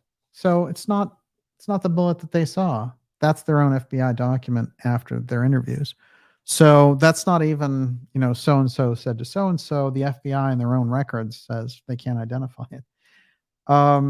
So Josiah Thompson, who supposedly was the one, our friend here, Landis, was reading Josiah Thompson's book and realized, I should come forward with this because what they're saying about the magic bullet and all that stuff is crazy. I know where the bullet really came from. So Josiah Thompson in his book is talking about showing the bullets to Tomlinson and Wright. Quote, I then showed him photographs of CE 399, 572, the two ballistic comparison rounds from Oswald's rifle. And I showed him revolver bullets. He rejected all of these as resembling the bullet Tomlinson found on the stretcher. Half an hour later, in the presence of two witnesses, Wright once again rejected the picture of 399 as resembling the bullet found on the stretcher. So they didn't have whatever bullet that they produced there to match up with Oswald's rifle didn't have anything to do with the bullet that they found on the stretcher. And then the later planting of bullets by the Secret Service people on the stretcher, and whatever that was for or whatever, doesn't have anything to do, doesn't match up with the stretcher scene and how the bullet was found and all the rest of it. So it's not so much a mess as it is a forming of evidence chain, a phony evidence chain to have Oswald be the patsy. That's all they needed to do. And if they had confusion in a way, they were happy about it. What's strange is the Tomlinson story being dangled, the Landis story being dangled out here for the 60th anniversary and it matching up exactly with Kinney's story from 10 years ago. That's the crisscross that tells you there's something odd going on in Tomlinson's coming out for this that hasn't met the eye. And I'm more than happy to have him and his co-author come on to explain that. Okay. Now, can I throw you a question? yes, please. Brenda Fisher asked, is it possible the same story was programmed into both men's minds? Yeah, well, obviously, here's what you have left, that neither of them were telling the truth, and that this was just a story that was floating around to explain away the magic bullet finally and forever. And the Secret Service, there's some protocol to get the Secret Service off the hook in the Kennedy situation. And that it didn't take for some reason in 2013, and they decided we're going to do it in 2023. Or you can assume both stories can't be true. This is the problem. So Kinney telling the story for his neighbor, and then that coming out in 2013, and then Landis telling the exact same story. They can't both go into the back of the limo and find a bullet and plant it on the stretcher. So that's the part that has to, somebody, some story has to give somewhere, because they can't both be true. Now, the magic bullet story is a lie as well, because we know that the bullet didn't do all that damage. So the government is lying, and the people who found bullets on the stretcher don't have to be lying, but the bullets that are on the stretcher could be being planted by somebody along the way. And I have a pretty good candidate for that. Remember also the fight that LBJ has with Kennedy in the beginning. What he doesn't want, he does not want who in that car. He doesn't want Connolly in the car with Kennedy. And they're in a hotel room, and for an hour, Johnson screams his head off about it, so much so that Kennedy is yelling louder than his wife has ever heard him. What is that all about? Johnson doesn't want his guy shot up with Kennedy when they take over, and what happens is, in fact, Connolly does get hit. And I think this is something that's not supposed to happen, especially if Connolly, there's too many things to consider. Was Connolly in on it? Well, he was a real close crony of LBJ's, but he doesn't have to be in on it. But LBJ knows what's going to go down, and he doesn't want his crony to get hurt while it's happening. That would make him freak out to the point that he did about this. Now, there's also the story about LBJ talking to his mistress the night before and swearing about the Kennedys and saying, they'll never embarrass me again. And that's no threat, it's a promise, And then later when she sees him, she says, were you involved with this? And he said it was the intelligence people with the oil people that did it. So Johnson is weird. And Johnson, when he gets out of office, gives that weird interview to Walter Cronkite, which he makes sure does not get broadcast, but he puts on the record, where he says, I never believed, the Warren Commissioner, that Oswald was the only shooter. So he, the same thing that he set up there to create his own presidency. And it's weird because he kind of gets freaky after that. If you follow Johnson, he starts to wear like a ponytail and, act like kind of a beatnik there on his ranch. And then he dies just a few years later, in January of 1973. So, basically he did all that just to inherit Kennedy's presidency and then die of a heart attack. The strange presence in the middle of all this is not a very well understood presence, and that is Jack Ruby. We're going to get into that now. Everyone, this is the JFK Assassination Secret Service Deep State Magic Bullet Mystery. Before we go any further, I want to ask you to go to darkjournalist.com, especially if you're new, and sign up for our newsletter. That's exactly how we stay in touch with you and cut through all of the intense suppression and censorship that we see going on. It takes 30 seconds to sign up, and it's very important for us to have that channel. You're going to get information before anyone else about the incredible interviews that we have coming up for you, X-series episodes, documentaries, events, you name it. It's all there in the newsletter at your fingertips. Stand up and be counted it's at darkjournalist.com, and get behind the efforts that we're doing here on the program. Subscribe and get on board with all the incredible research that we have coming up for you, and the prelude to the showdown, election 2024. Let me tell you, this one is going to be remarkable. And I had a lot to say about the election, but this story is hardcore breaking. So we're going to get into that later in the week. Yeah, what do you got? And what did Connolly call out in the limo during the assassination? My God, they're going to kill us all. Mm-hmm. Yeah. Totally sus. Which is a strange, yeah. I don't know. It's hard with Connolly because there's a lot of weird strings around Connolly. And, we've covered them in different episodes, but it's still possible that LBJ, knowing he was doing this, was not informing Connolly of being shot. And what's interesting, there's kind of a resentment later with Connolly where he goes out and he says, there was no magic bullet. I was hit by a totally different bullet. So he's working against the LBJ story, which tells me, oh, you put me in the line of fire when you were deposing the president. But there's a lot of diciness about Connolly, which is interesting because he switches parties and becomes a Republican and becomes the Secretary of the Treasury under Nixon. And then he is the leading figure to run for president in 1980. And he's leading in all the polls and all the rest of it. And somehow Reagan comes in and just swamps the scene completely, and Connolly's out. But if you look back and go over the articles from 1979 and early 80, it's Connolly all the way. And Connolly shows up at a fundraiser, and that's the fundraiser where we have Nixon and Trump together. And it's the classic picture that I think is done on purpose, which is here's somebody from the JFK assassination death car, and you have Trump standing right beside him and Nixon beside him. People in politics, they don't do photo ops for, any loose reason. They're usually there, and they know very well the signals that they're sending by being with somebody, either support or whatever it happens to be. That picture tells us a lot that we need to know, because Kennedy being represented there through the figure of Connolly, Nixon, and then Trump. This is like, whatever's going to happen with Trump is going to somehow crisscross with all of this. And I think so far it has. Yeah, what do you got?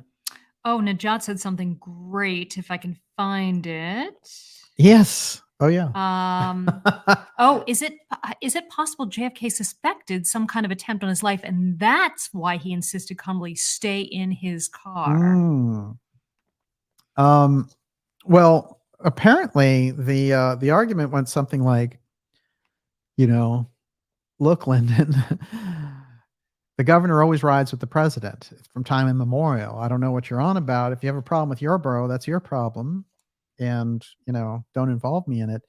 And LBJ is saying, no, I know how to get the votes. I know the coalition in Texas. Put me in the car with Connolly. He has to be with me.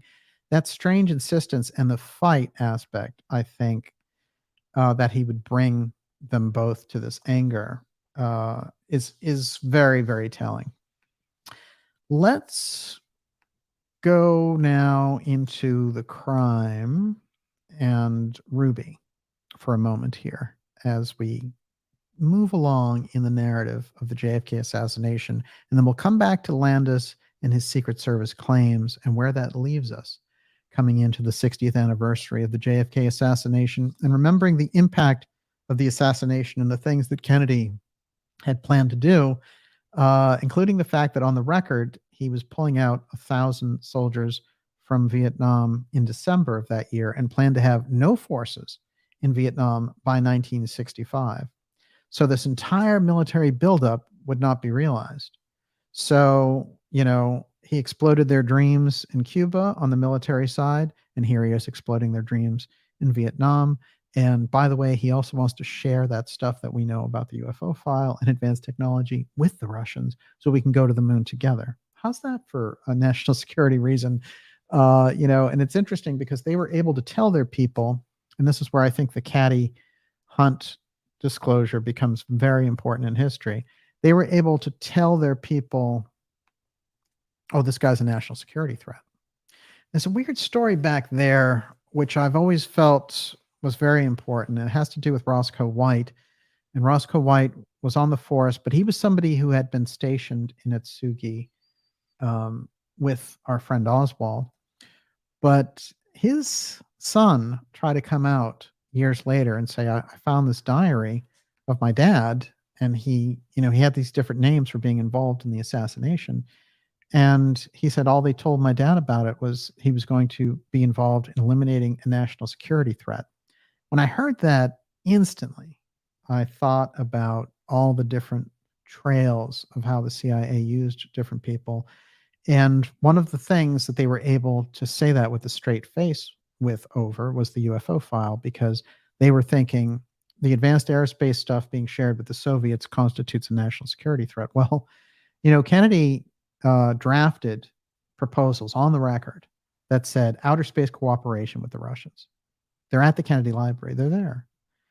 Khrushchev's son said they had decided, instead of a space arms race and a space race, they were going to go to the moon together. That's Khrushchev's son, Sergei. Put that on the record in his work. They had secret channels going back and forth. They had decided we're not going to, they didn't have any illusions, but they also were like, we're not going to let this military industrial complex on both sides stop us from doing this. We'll go to the moon together. So no moonshot for Americans, no superiority, just a space program that is a joint moon mission. Well, that doesn't fit so well with the plans on the intel side with aerospace and the Central Intelligence Agency. Understanding that gives you the understanding around the Kennedy assassination. And of course, we look for a lot of different reasons, and he was upsetting the apple cart from a number of different areas. But if you look at Kennedy's presidency, in fact, it's largely successful, and it actually, he did incredible things in reworking the infrastructure by getting rid of Dulles, by getting rid of Charles Cabell, and the fact that the Mayor Cabell leads him into ambush in Dallas by laying out that route with Winston Lawson, the Secret Service man who's connected with the continuity of government program.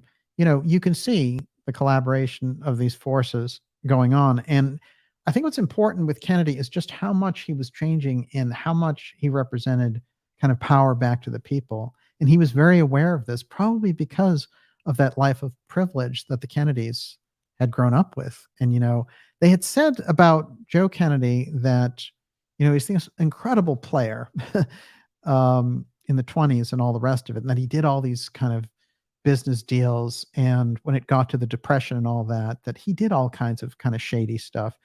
But he realized something interesting, which is he became compelled to kind of clean up after the Depression, because he realized, oh my God, they've gone too far. And what they're going to do is create revolution in this country. I'll lose everything that I have. I'm going to go in the service of serving the country. And when he went to became the first director of the SEC under Roosevelt, everyone asked, why would you do that? This guy's manipulated the stock market and all the rest of it.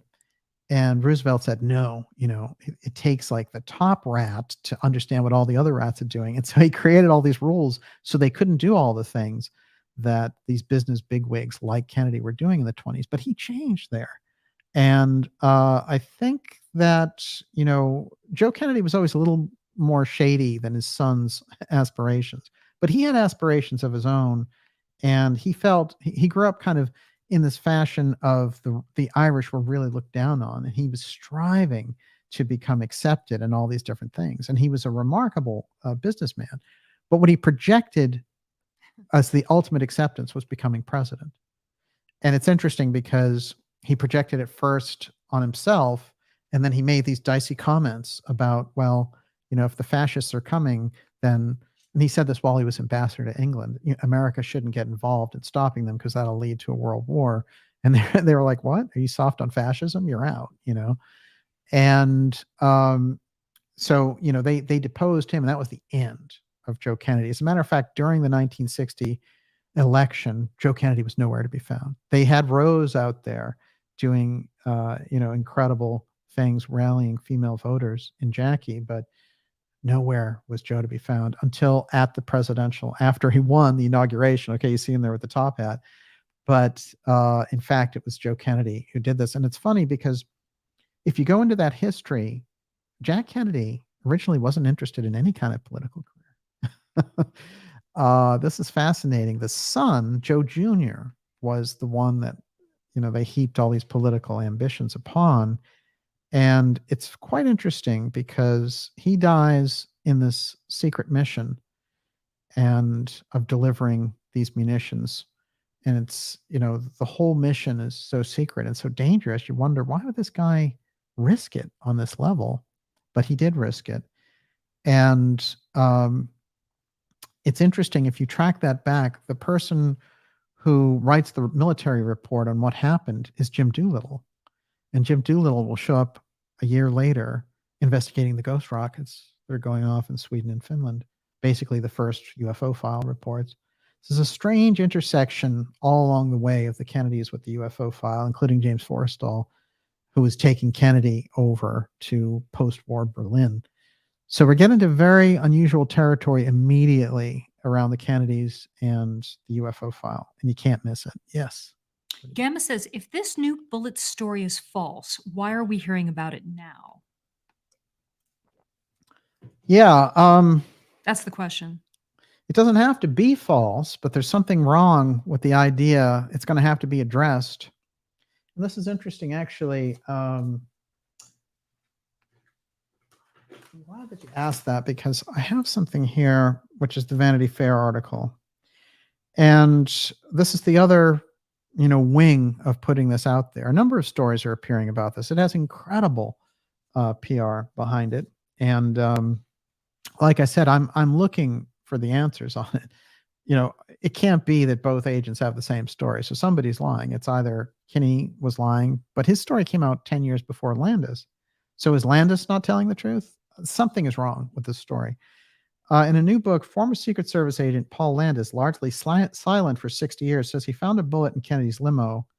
A sometime presidential historian explains why that's so significant, if true, by James Rosenfeld. That is the co-author here. He writes the Vanity Fair article. So it's kind of interesting because you have the co-author writing the article. So, ordinarily what you would have in this case is an actual writer profiling both of them and kind of, being critical in a sense. But here you have the co-author writing the story about the person he's writing the book with. So that's a little bit tricky. But anyway, I'm open for all kinds of answers on this. Okay.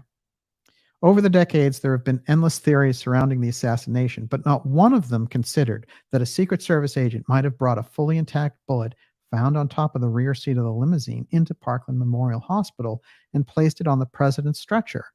Not one.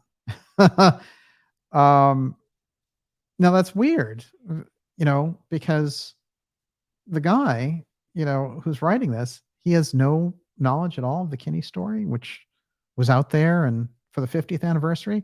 So no, he's wrong right off the bat. The Kinney story came out and is the exact same story. And it was only 10 years ago. If anything, it sounds like Landis lifted his story. So it's a problem. So there is virtue in looking anew at the evidence that was collected in 1963 and attempting to draw some tentative conclusions.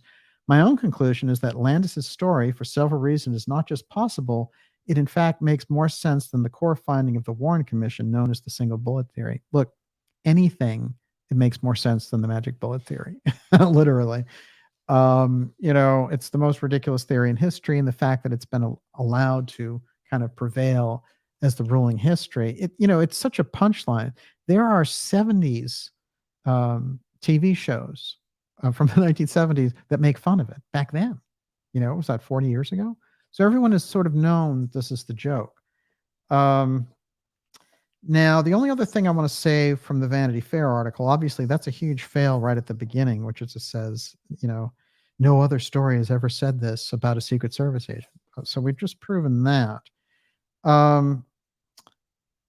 Now, there's a little more in here than in the New York Times article. So let's try it this. So the first lady, was getting up to go, standing up to follow Hill and another agent, Roy Kellerman, who lifted her husband's body onto a gurney and placed it into the hospital. Landis saw and did something that he has kept secret for 6 decades, he says now. He claims he spotted a bullet resting on top of the back of the seat. There it is resting, right? So it's not lodged like the New York Times article. Instantly, you're getting weird feedback on both of these. He says he picked it up, put it in his pocket, and brought it into the hospital. Then upon entering trauma room 1, at that stage, he was the only non-medical person in the room besides Mrs. Kennedy, and both stayed for only a short period. That's very interesting, the way they... It's almost like this is the cover-up line, just in case you had a problem with the other stuff. He insists he placed the bullet on a white cotton blanket near the president's stretcher. Okay, that's what he says. This secret, as it turns out, may upend key conclusions of the Warren Commission, the body created by President Lyndon Johnson. The sad fact is that Landis, though required to provide his version of events to the Secret Service and in a second report to what would become the Warren Commission, never sat for an interview before the FBI and never testified before the commission itself. Yeah, they never asked him to. So that's weird too. So they didn't want answers. I mean, that becomes very apparent.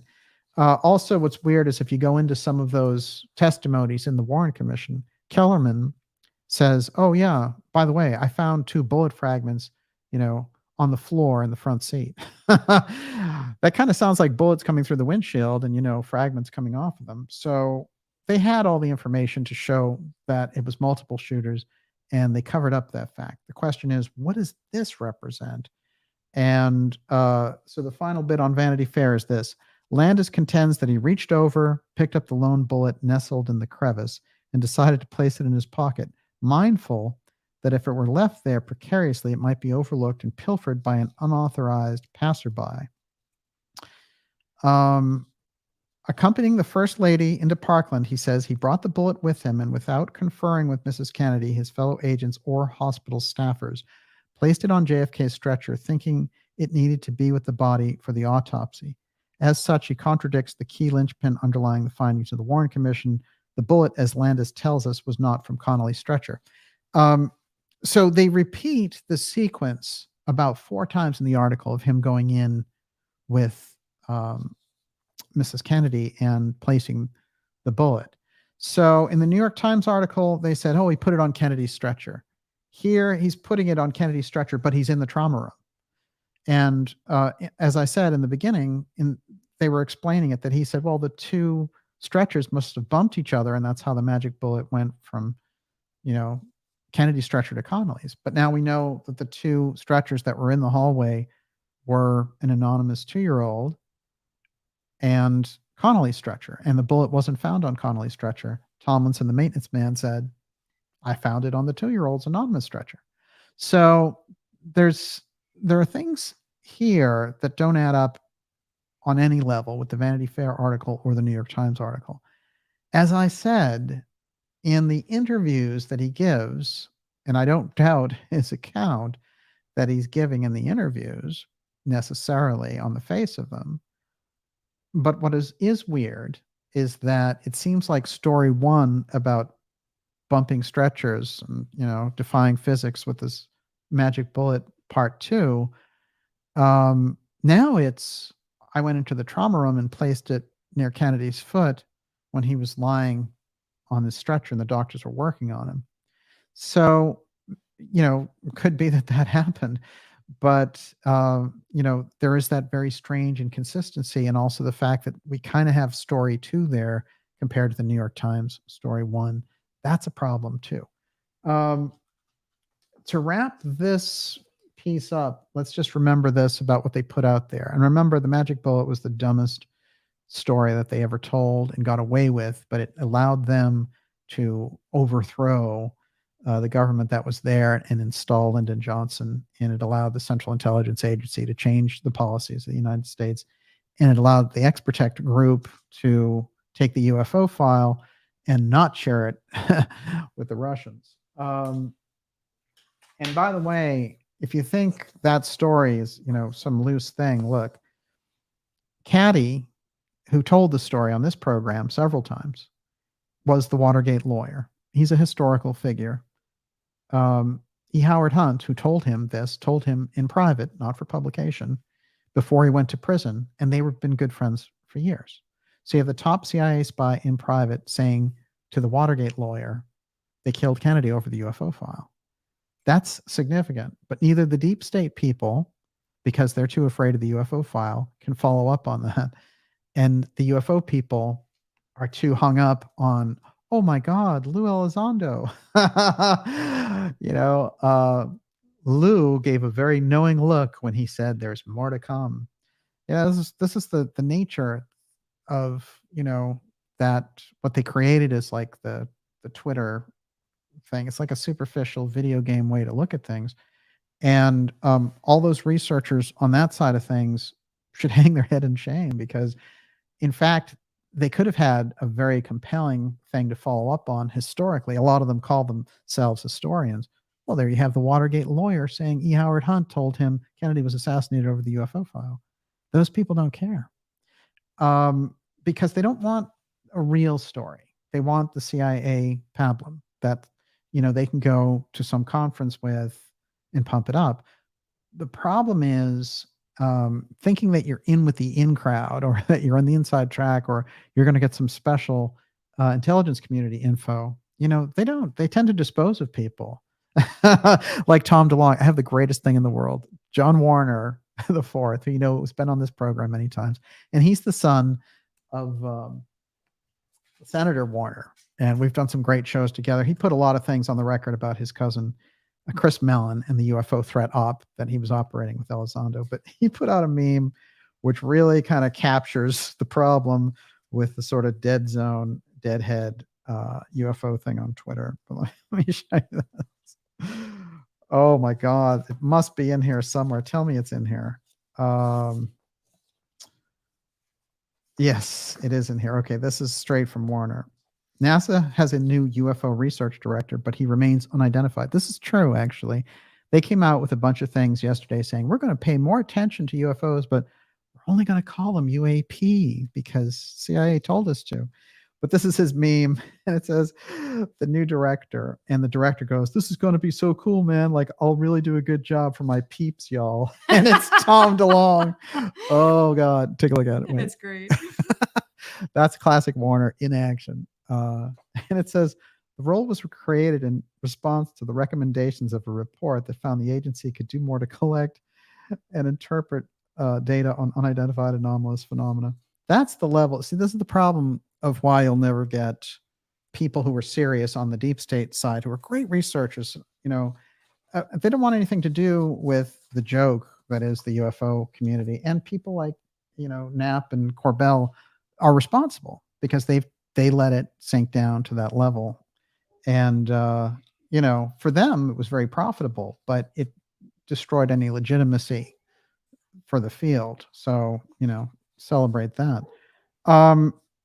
The only other thing I want to say about this that's important, let's get a couple of facts on the ground and then we'll take your questions. How's that? Sounds good. Everyone, you're watching the Dark Journalist Show. Deep JFK Assassination, Secret Service breakthrough. This is deep. The deep state magic bullet mystery. Paul Landis, 88-year-old Secret Service agent, saying, hey, no, I took the bullet directly out of the limousine. That was the full pristine bullet, and I put it directly by Kennedy's feet while he was being worked on. This is, we're going in deep into territory because they're going to have to explain the double doppelganger story that came out 10 years ago, which is exactly the same. Whose story is it anyway? Good question. The pristine bullet, the third bullet that caused 7 wounds in Kennedy and Connolly, was in a surprisingly pristine condition. FBI investigations failed to create a similarly maintained bullet despite going through the same conditions. They did, in fact, have a bunch of sharpshooters try to repeat Oswald shots and nobody could get it done. And also, all the bullets that they shot would all get mashed and stuff as soon as they went through different things. That's the way that it goes with bullets. You don't end up with a bullet that, makes incredible wounds for everybody and then shows up like that. This is further evidence that this bullet did not cause all 7 wounds. There was a second gunman. For the record, that's the magic bullet. And I think it's important to see just how ridiculously good that bullet looks. They just needed it to connect to Oswald, and they said, don't worry, just get the bullet there. We'll put it in the record, and Oswald will be guilty because everyone will say, oh, it's a communist. We need to move on and, kind of make the country stronger in his absence and fulfill things the way he wanted to do. Well, you killed him. The best way to fulfill his vision would have been to let him live out his presidency. But the intelligence community decided, oh, this guy is dangerous. He's going to actually dismantle the deep state. And this is the problem. So when you get into all the opposition to RFK Jr. right off the gate from the New York Times and the Washington Post, who should love him, if you think about it, he's a Democrat. He has the Kennedy name, all this stuff. If the CIA wasn't in charge of those publications, they should love him. But instead, they were like, oh, his wife committed suicide because of things that he said to her. I mean, they were so nasty coming out of the gate. Oh, he's fringe. He's crazy with, he doesn't believe in vaccines. He's anti-science. His family hates him. Think about this, really. If you really dial it in, what could RFK Jr. do as president? He could smash that entire system that's grown up since his father was assassinated in 1968. We're talking over 50 years, 55 years now since that assassination. Don't tell me that there wouldn't be massive reform under RFK Jr. That's why they fear him dramatically. And that's why, they'll make any excuse. They'll say, well, if he steps foot in New Hampshire, when we say that South Carolina has to go first for the first time in history, then we won't count any of the votes he gets, we'll give to Biden. I mean, that's the insane system. And he came out really and just hit them on the nose with it and said, basically, if you keep this up, I'll run independent. That's what he needs to do. This is the Bobby Kennedy that can win in 2024. And I think he's playing it very strong. He's sort of back into his groove in September. Trump is doing remarkable moves. The only thing that's missing from the Trump campaign, and this is how I think together they can smash the Biden regime, Trump needs to come out and say, here's my 10-point plan for restoring the economy, securing the border, and fixing America. Here it is. It's the Trump fix. And just list those things. Everyone knows that Trump had a fantastic economy. Everyone knows that he was strong on the border and never would let 7,000 people from God knows where, terrorists or anything else, come through that border and crowd these cities. There's going to be a huge pushback against that. And if we don't get control of it now, that'll be very ugly. So Trump really can stress his credentials in that department because that's where he demonstrated his bravery, which was taking on the whole border thing, which, by the way, the Democrats and the CIA love to leave that border porous because, the CIA and the intelligence community operates so many drugs back and forth through that they don't want to be under another agency looking in on what they're doing. And this is the nature of the problem. Okay, a couple of closing things, then we'll take your questions. Look, this is, again, the bullet that the Warren Commission produced that supposedly did 7 wounds. It's ridiculous. So that is why it's the magic bullet 1. This is a picture which was taken outside before they whisked it away that shows clearly a bullet in the windshield of the Kennedy limousine. So that's a bullet coming in and shooting. That's either the throat shot or the head shot. It's one of the two. And when they went to reenact the magic bullet thing, they had this counselor there and they had directors on the scene. And there are pictures of this, of them trying to create this phony magic bullet thing. And over here is Spectre. And it's interesting because Arlen Specter, as I said, Arlen Specter would be rewarded with becoming a U.S. Senator for creating this gross lie of the magic bullet. And you have these producers and people helping him do that for these specials. That's the way they sold it. It was a total LARP on all of us, and the country has suffered ever since. And of course, the person who was the patsy who could have eventually talked and spilled the beans on the whole thing about what he knew and how the CIA had placed him in that building, well, that's where Jack Ruby comes in and takes care of that. Agent Oswald, the CIA patsy, gets removed. That's the end of Agent Oswald. and all that work for Guy Bannister going over to the Soviet Union, everything else, forget it. Let me just throw this in here. Roger Craig, who I mentioned in the beginning, he found the 7.65 Mauser rifle with the other policeman, Seymour Weitzman. Those were the two policemen who found the rifle. And Craig stuck to his guns. Weitzman, getting pressure from the CIA and the FBI, changed his testimony. Craig didn't, and they threw him off the force, and there were a number of attempts on his life. What's interesting is if you see how it plays out, everyone knows who studies the Kennedy assassination, anyone who was a powerful witness showed up basically on a death list. And the amount of people who were associated with the Kennedy assassination who were witnesses, the death lists are dramatically deep. And what's interesting is every time there was a new investigation, so first of all, the first wave of deaths happened directly during the Warren Commission period. Then the next group that looks into it, even though there's the Church Committee and stuff, but the next group that really goes deep on it is the House Assassinations Committee. There's a whole wave of deaths associated with them. When you get to the 90s, you still have the death machine operating. And you have all these witnesses for the AARB, and they show up dead. So, you know, there's a way to control this, and that mechanism has operated throughout controlling that narrative. So when we get simple explanations about the magic bullet and things like that, and stories that don't quite add up, we have to be doubly on guard about it and get to the real truth about the whole thing, which would be to have the records come out. And by the way, if they want to suggest this and say like, oh, well, the magic bullet wasn't the real thing, good. Then this Congress, now the Republican Congress, can go in and do an entirely new JFK Assassination Committee and get to the truth of it that way and make sure that all the records come out. Instead, for Biden would have to give them up. That's the way it should play out. Who cares about a book? And with that, Miss Olivia, you're up. Okay, we got questions from every angle here. So 1968 Camaro SS's. I've heard that there was more lead left in Connolly's wrist than was missing from the, quote, magic bullet. Call me stupid. No, that's true. But the math is no bueno.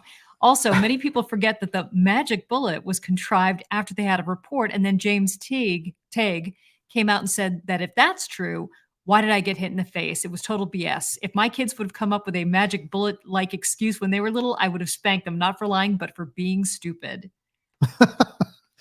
Oh, it's absurd. I mean, this is the problem with it. It's very much like the Building 7 thing in the 9/11 story. You know, you just NIST, the group that investigated it, said, no, well, there was no problem. And then the 9/11 Commission, they did all this stuff. They interviewed all these people and did this work, and they were like, well, we can't find any problem. You know, this is what those committees are for, in a way. They're also to kind of tie up loose ends, and they're to respond to the outrage that people feel. But unfortunately, those committees are controlled. And I'll tell you a weird thing, which is the 9/11 Commission was controlled by Thomas Kean, and it is Thomas Kean's niece that is raising all the UFO stuff and working with all the CIA people around the UFO threat. That's Leslie Kean. So, you know, there's political connections, there's intelligence connections, you know, and that's a fact. What those people are doing, collaborating with the UFO threat thing, you know, it's hard to say and get into their heads and figure it out. But they are, you know, this is the nature of the problem, I think. So it's weird that you have these kind of crossovers. And by the way, they announced Anna Paluna Luna has announced that they're going to do another UFO set of hearings. And, you know, if they bring back Rush and then they station behind him again the architect of the Patriot Act, which is his lawyer, then forget it, because that's the last thing in the world that we need. But if they could go in there and ask some real questions, well, that would be different, you know. God, can you imagine the way I'd run that thing? I get some really good witnesses too. Everyone, you're watching the Dark Journalist Show. We're going deep here tonight on the Kennedy assassination and the Secret Service revelation of Paul Landis, the deep state magic bullet mystery. And like I said on Landis, you know, this is a weird thing because the story is doubled up. I'd be happy to hear from Landis and his co-author, the whole thing. And, you know, obviously, if he's being honest, he should be able to address that. And but nonetheless, something is unusual, something's off about the whole thing. But of course, we agree that the magic bullet is bunk. It was a complete joke, and it was one of the worst things ever hoisted on the American public. This is interesting. This is a little side thing on Jack Ruby, and I'll get right back to your questions. This is Ruby at the press conference when they bring Oswald out. This is the day before they shoot him. And Ruby's there in the press pool pretending to be a reporter. Here he is here. And when they say, looking like you. Oh God, please do me a big favor. What we've got is he's really kind of giving this whole thing, this image out there. And what happens is the guy who is announcing Oswald come into the room, he says, you know what? Oswald worked for this Cuba committee, and Ruby yells out from the audience, he goes, that's the Fair Play for Cuba committee. Well, how the hell did he know? So it's weird. Immediately you're struck with how obvious the piece is. And then once you get Ruby going in and, he's let in to the underground parking lot, and then he shoots Oswald live on TV. That's all arranged. And Ruby had allowed himself to be put into that situation, and he'd probably been guaranteed that he would get off and all the rest of it, or might even be thought of as a hero. And it's interesting because once they have the psychologist come in and treat him, he starts to really, act weird. Like he gets down on his knees and barks like a dog and all this weird stuff. So there's a lot of MK Ultra activity around Ruby immediately. And, we get into very strange territory, even looking at that.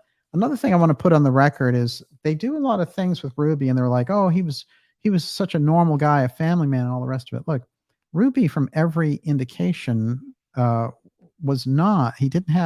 First of all, he was a bachelor, and two, his background is that of a closeted homosexual in that time, which gives him something a lot in common with a lot of the people around the Kennedy assassination. And this is the nature of, I think, the guild that was involved, and that this isn't any way scandalous to gay people at all. What I'm saying, in that period of time, the guild that's involved in the assassination all seem to have something in common, from J. Edgar Hoover to Ruby to Clay Shaw. They all seem to be in this, gay crossover community, which is incredibly underground in that period because of all the persecution on the surface. So that group, that kind of secret group that is involved in the assassination, they are they have a number of things in common, and one of them is that their love life in that particular period of time would be incredibly scandalous. So it kind of breeds more, just like David Ferry getting fired for his incidents involving young men. So it's interesting too, as a cover with Ruby, to place him among all these strippers. Well, it's a very safe thing to do also, because he doesn't have any interest.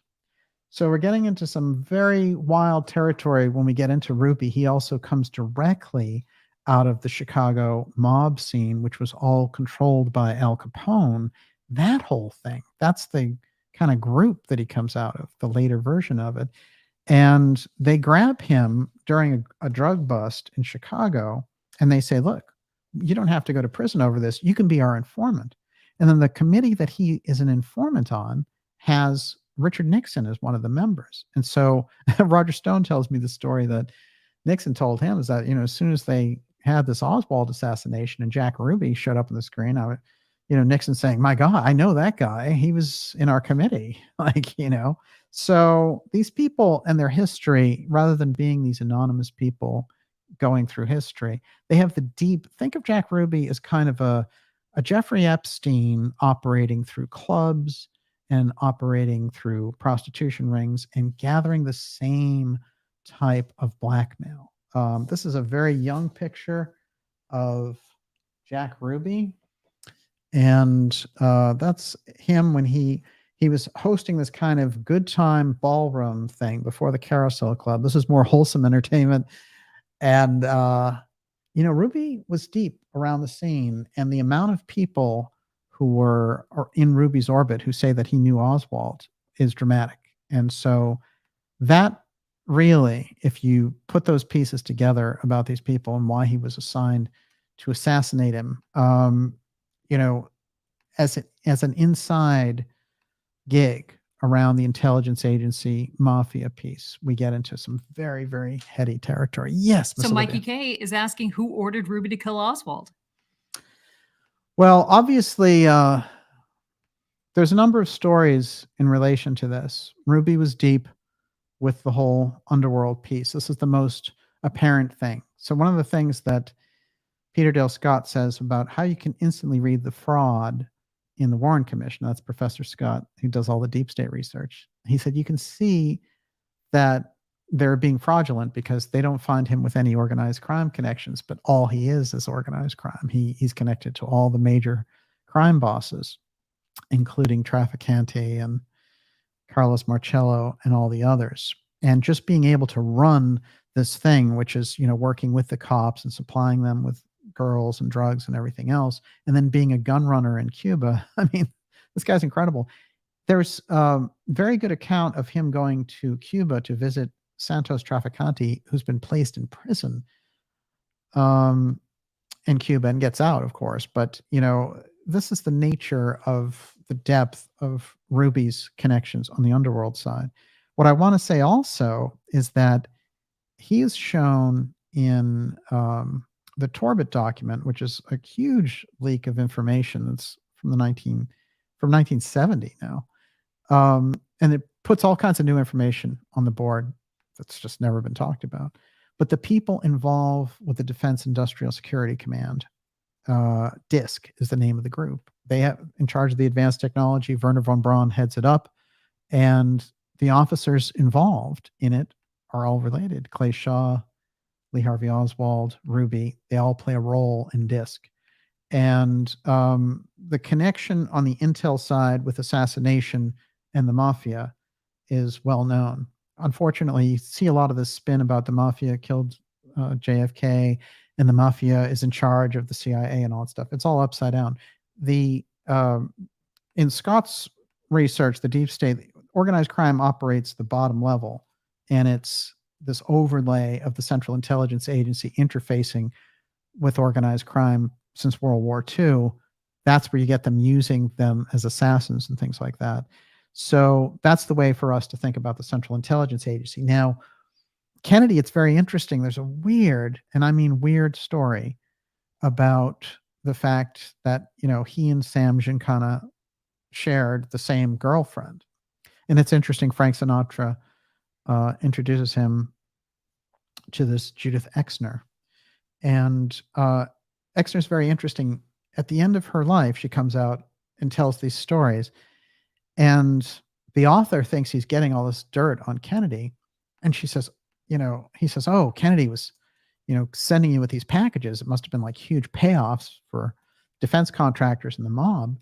And she said, well, I decided to open up the thing that they were trading back and forth at a certain point. The thing that they were getting back to Kennedy were electronic blueprints.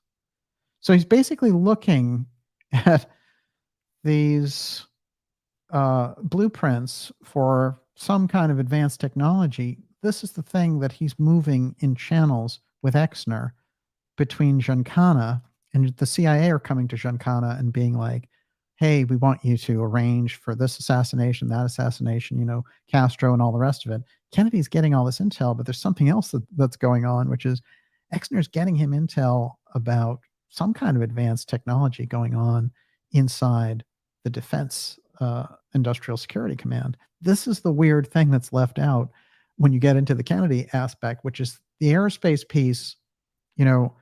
The mafia, forget it. I mean, this is one level of the whole thing. The aerospace piece constitutes what the nature, the object of desire was in the thing. The reason, the crisscross in it was controlling the advanced technology.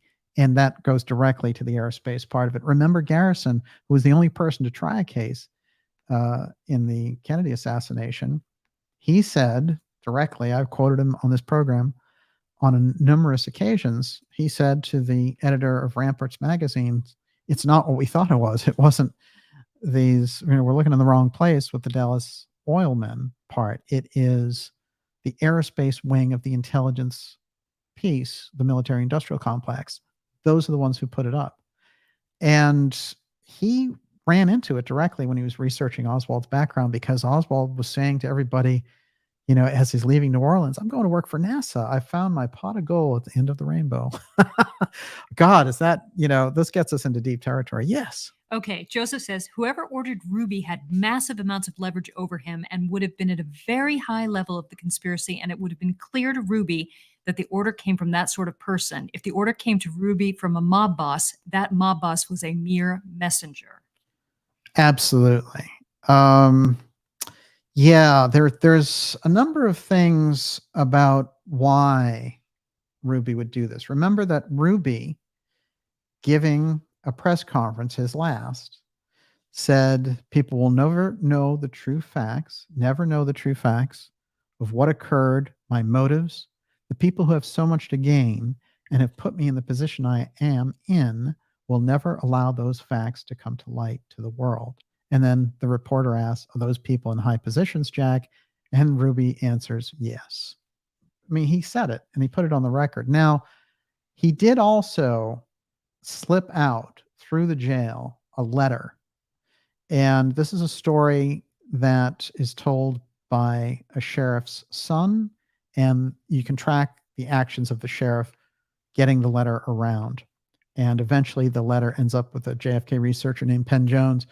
And it is, it gets right into the LBJ aspect. And it you can feel the CIA tentacles with our LBJ that he's suggesting. All right. Quick thing on the record. Seth Cantor, who was the reporter who said, I knew Jack Ruby. I worked on a half dozen stories with him. Don't tell me I didn't see him at Parkland Hospital. He went on the record. Here's what he has to say. Seth Cantor, reporter in the Presidential Parade press bus, was covering the story for Scripps Howard chain of newspapers. He'd worked in Dallas for 2 years for the Times Herald. Cantor testified that he met Ruby in Parkland Hospital before the president had been pronounced dead. The commission makes it appear that Cantor hardly knew Ruby. This is what the commission says. Seth Cantor, newspaperman who previously met Ruby in Dallas, reported and later testified that Ruby stopped him momentarily inside the main entrance to Parkland Hospital sometime between 1:30 and 2 p.m. Ruby stayed in business in Dallas by licking the boots of the police and by playing it cozy with newsmen. He was in the Dallas News building at the time President Kennedy was shot. He was in the Herald building late that same night. Other witnesses have testified that he served free drinks to the police whenever they wanted drinks. This is an early article by Penn Jones exposing the early aspects. And if you go in and you see some of the Penn Jones stuff, you can see years later, like, they put a lot of layers of disinformation on top of the real stories about Ruby. But anyway, Cantor says he printed at least 6 feature stories furnished to him by Jack Ruby. Ruby's remarks to Cantor were in harmony with Ruby's statements to other people. Cantor says Ruby asked him, should I close my place for the next 3 nights, do you think? The commission concluded that Cantor was mistaken because of the short time element. They said Cantor probably did not see Ruby at Parkland Hospital in the few minutes before or after 1:30 p.m. They said maybe he saw him at the police station later. This is the way that they just kind of got Ruby off.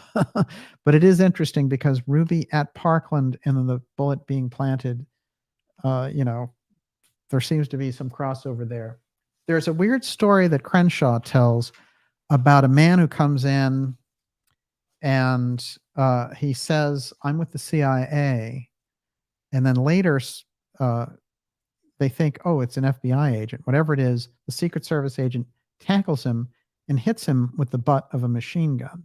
That's what's going on behind Crenshaw as he's working on the president.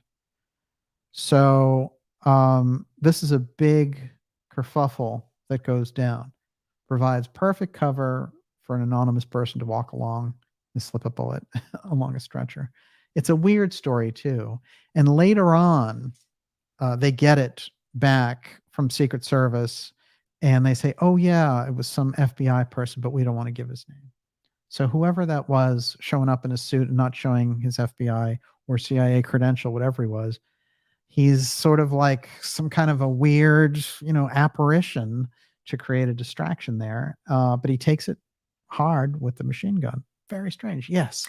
Kara P. Did anyone ever find any of Dorothy Kilgallen's interview with Ruby? She was killed for it. And Tim Houston says maybe Dr. Jolly was sent to deprogram him. There's a lot of discussion about Jolly West. Yeah. And that's important too, because it came out in the Chaos book, which was all about Charlie Manson and the stuff that West did with him. That when you get into the background, you realize, oh, West was operating a lot earlier, and that we get to Jack Ruby and we can see them using the same tactics and why he starts to act very strange. But one of the things that he did say when the Warren Commission came to interview him said, he said, look, take me to Washington. I can tell you the whole story. Can you do that? Can you take me with you? And it's interesting because Justice Warren said, oh, no, we can't do that. We're not law enforcement officers. Look, how many law enforcement officers are at your behest? Snap your fingers and there'll be 100 cops anywhere to protect the guy. Come on. So they didn't want him to tell the truth. And then he asked them, can you give me truth serum? In other words, it's not my fault if I give up the truth. They gave me truth serum. So they won't do that. So they didn't want the answers that he had for them. That is the nature of the problem there. So yes. The Dorothy Kilgallen question.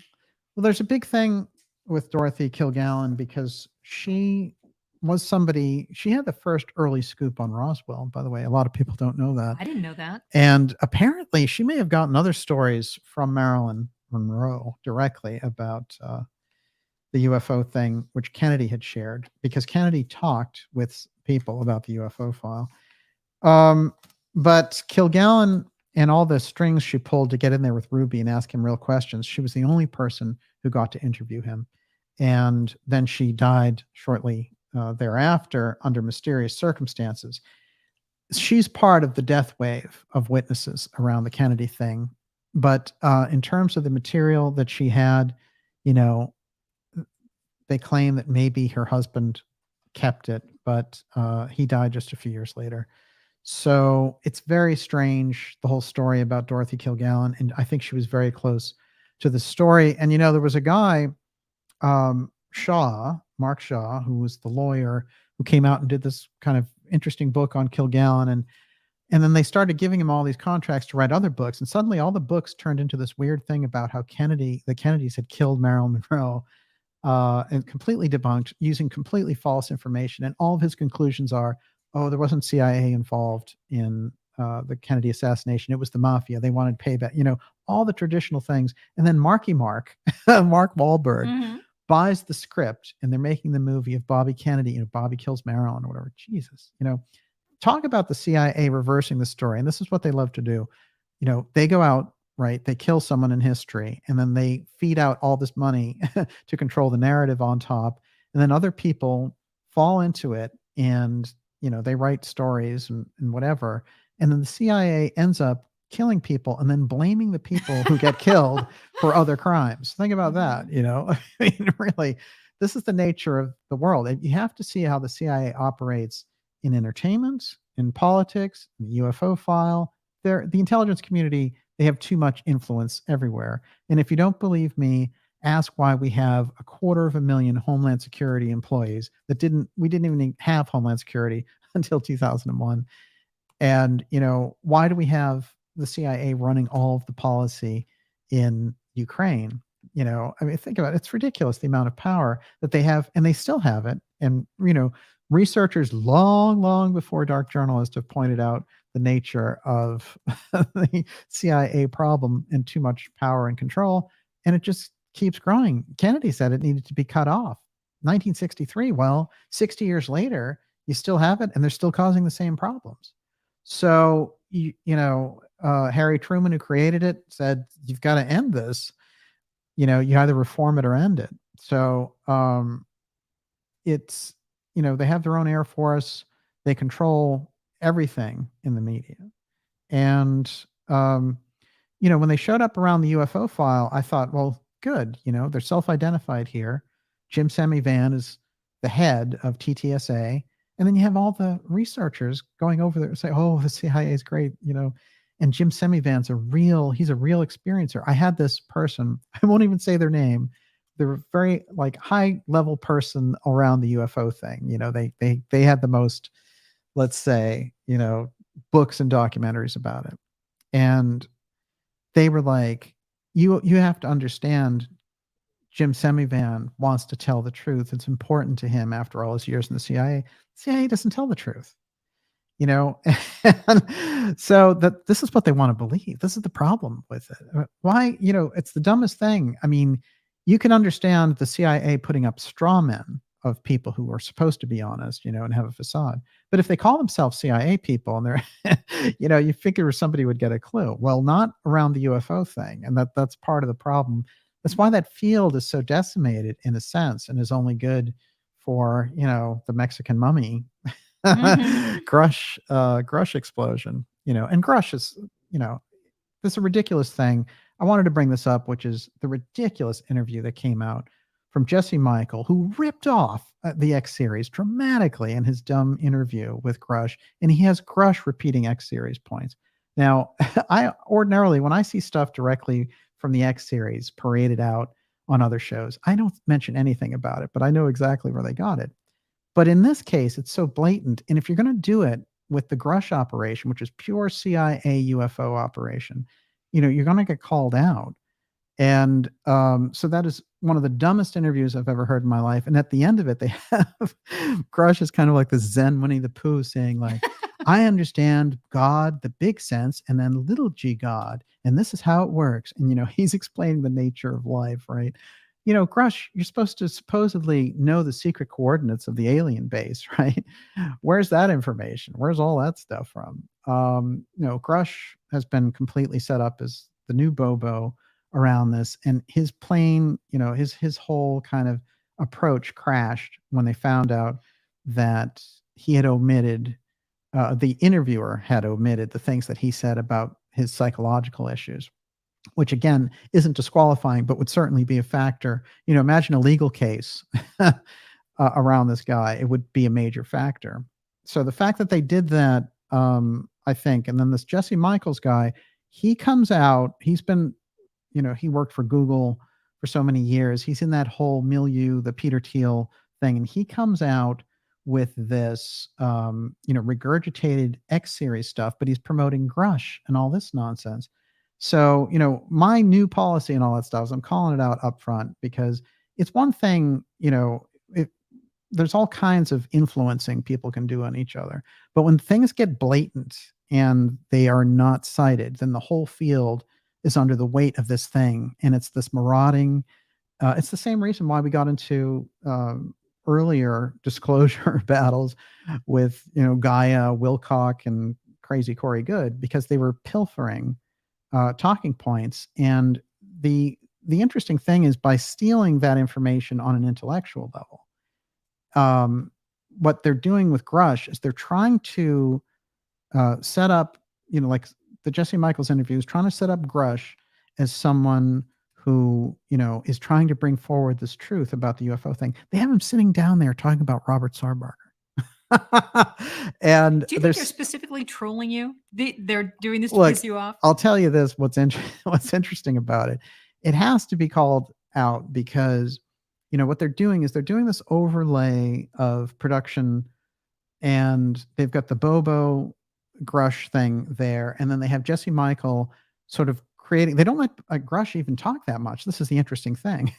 They actually have this host, this Google kid, and he is doing this whole thing, talking away, doesn't know anything that he's talking about, but he's ripping off points directly from the show. Now, it's interesting to me because the nature of what they're trying to do there, it's not for, his show or anything like that. It's to put Grush in this context. So it's Grush in context. Here's the new information, and Grush is in the middle of it. Well, no, the Grush information that he brought out was that the CIA was good, and that, all these institutions that had trained him. There were all these people who were trying to bring the truth out about the UFO file. That's Grush's story. Grush's story is that people told me about aliens and the dead pilots and all that stuff. That's his story.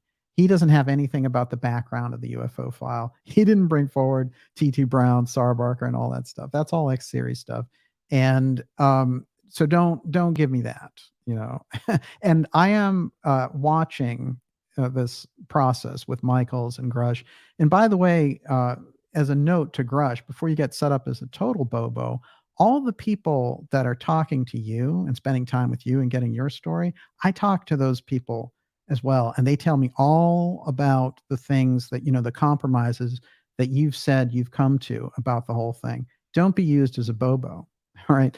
So one of the things that they've done, for example, with Grush is they've said, they asked him the question, well, aren't you worried this will help the UFO threat thing, the very people that you're trying to expose?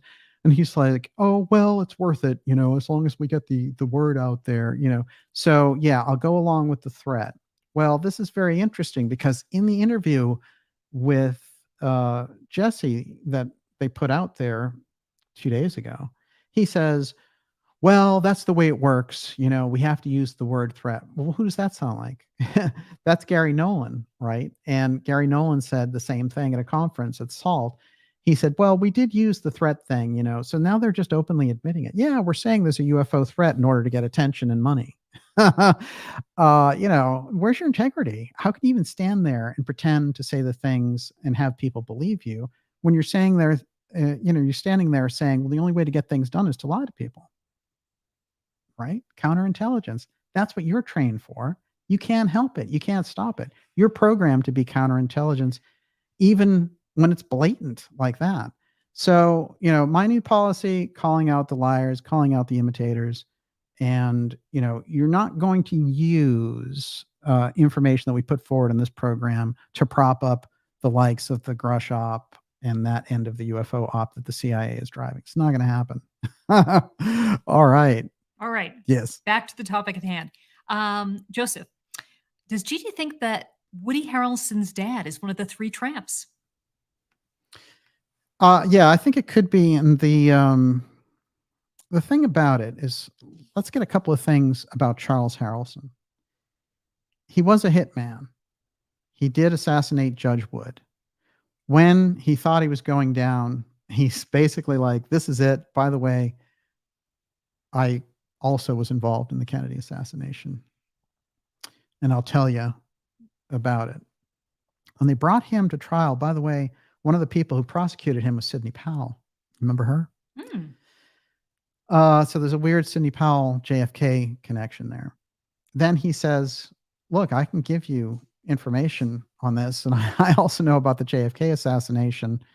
And they're like, we don't want to hear anything about your JFK info. We just want to sentence you for the death of Judge Wood. And it was a huge drug lord that hired him to assassinate this judge. Did he admit that? About Judge Wood? Yes. No, I think he said that he was innocent, but okay. They had him, and it's interesting too, if you think about it with Harrelson, because he'd kind of grown up as a criminal. But the idea that they would use him when he was very young, because in 1963, he was 25 years old. But he bears a striking resemblance to the tall tramp in Dealey Plaza. And I think it's very likely. I think there have been misidentifications, like I don't think Frank Sturgis or E. Howard Hunt are there.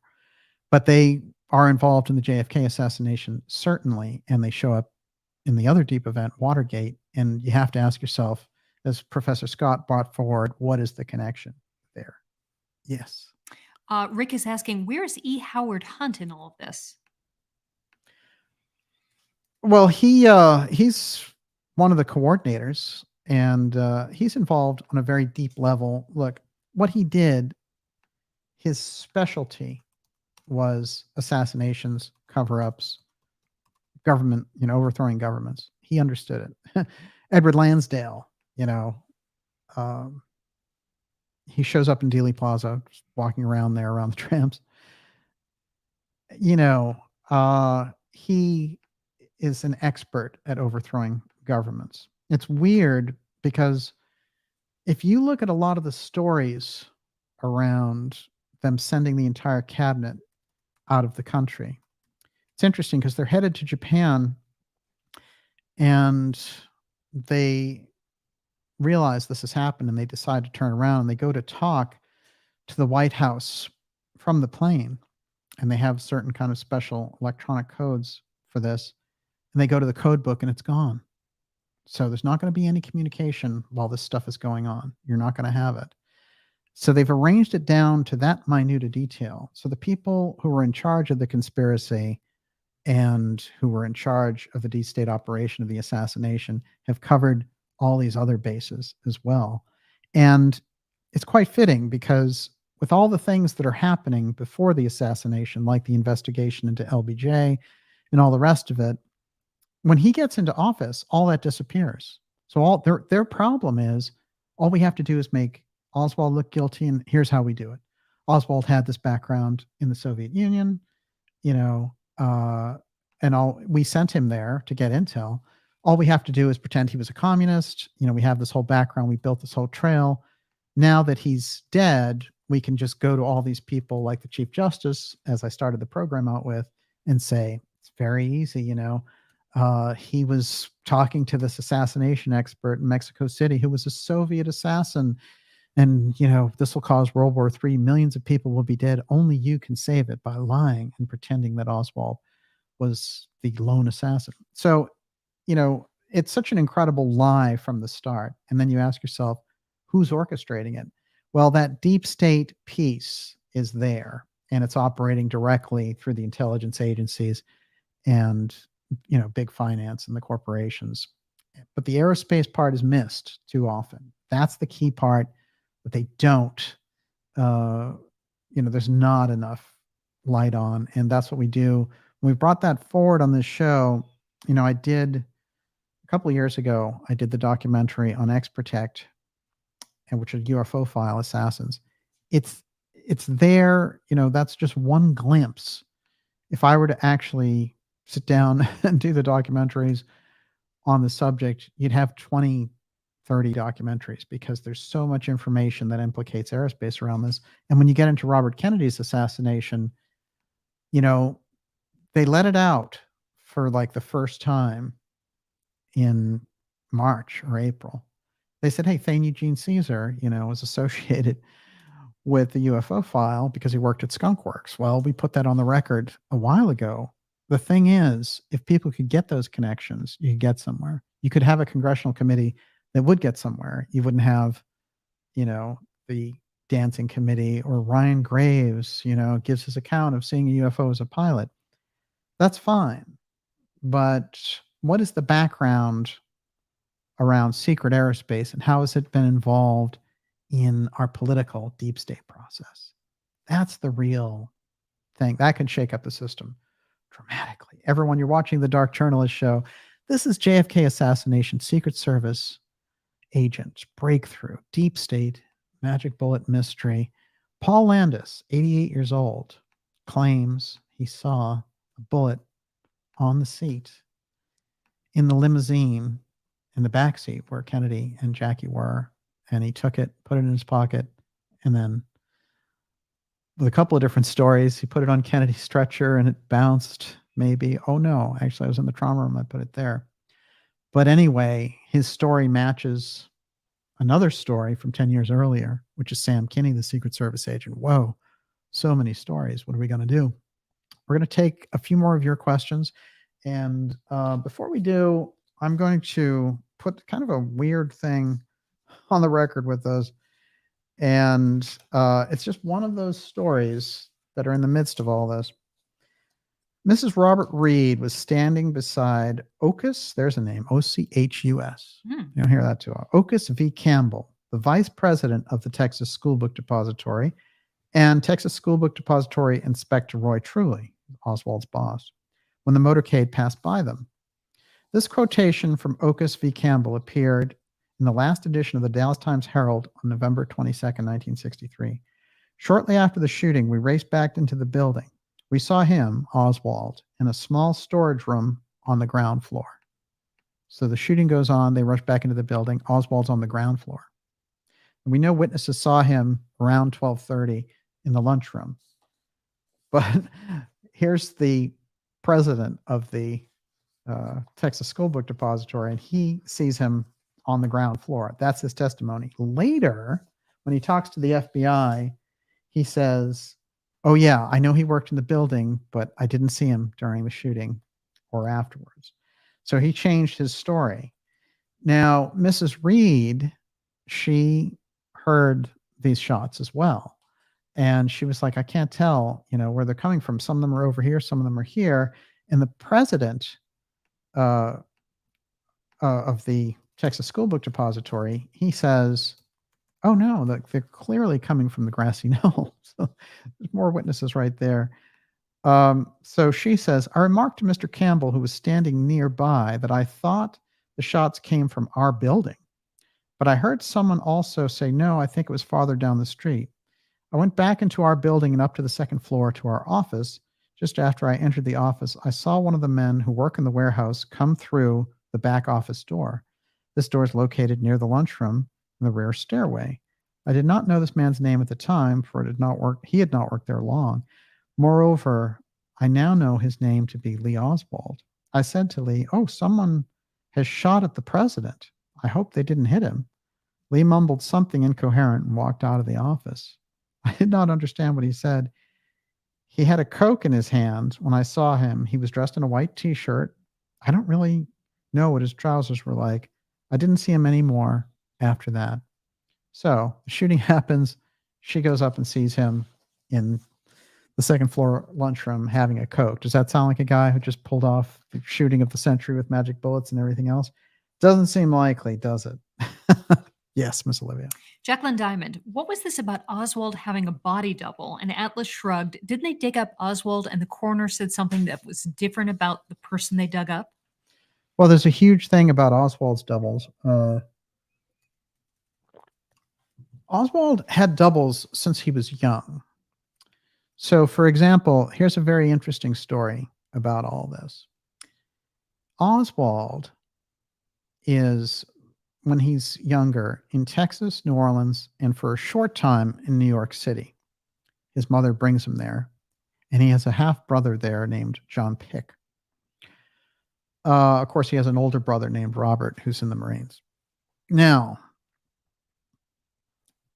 when Oswald is flashed across all those screens, a family in North Dakota says, oh, no, you're missing the whole part that he was here in North Dakota. Like, we knew him. He was here. He lived here for a couple of years. And they had him about 14, 15 years old. In that period, that's when he lived there. And there's a whole incident where he said, his mother was kind of young and attractive. And, Marguerite Oswald, freedom fighter that she was not young or attractive. So this Oswald, who called himself Harvey Lee, he was Oswald. He talked like him, looked like him, and everything else. And he lived in North Dakota. Well, they really wanted to talk to these people. Secret Service talked to him. FBI talked to them. They were on the record.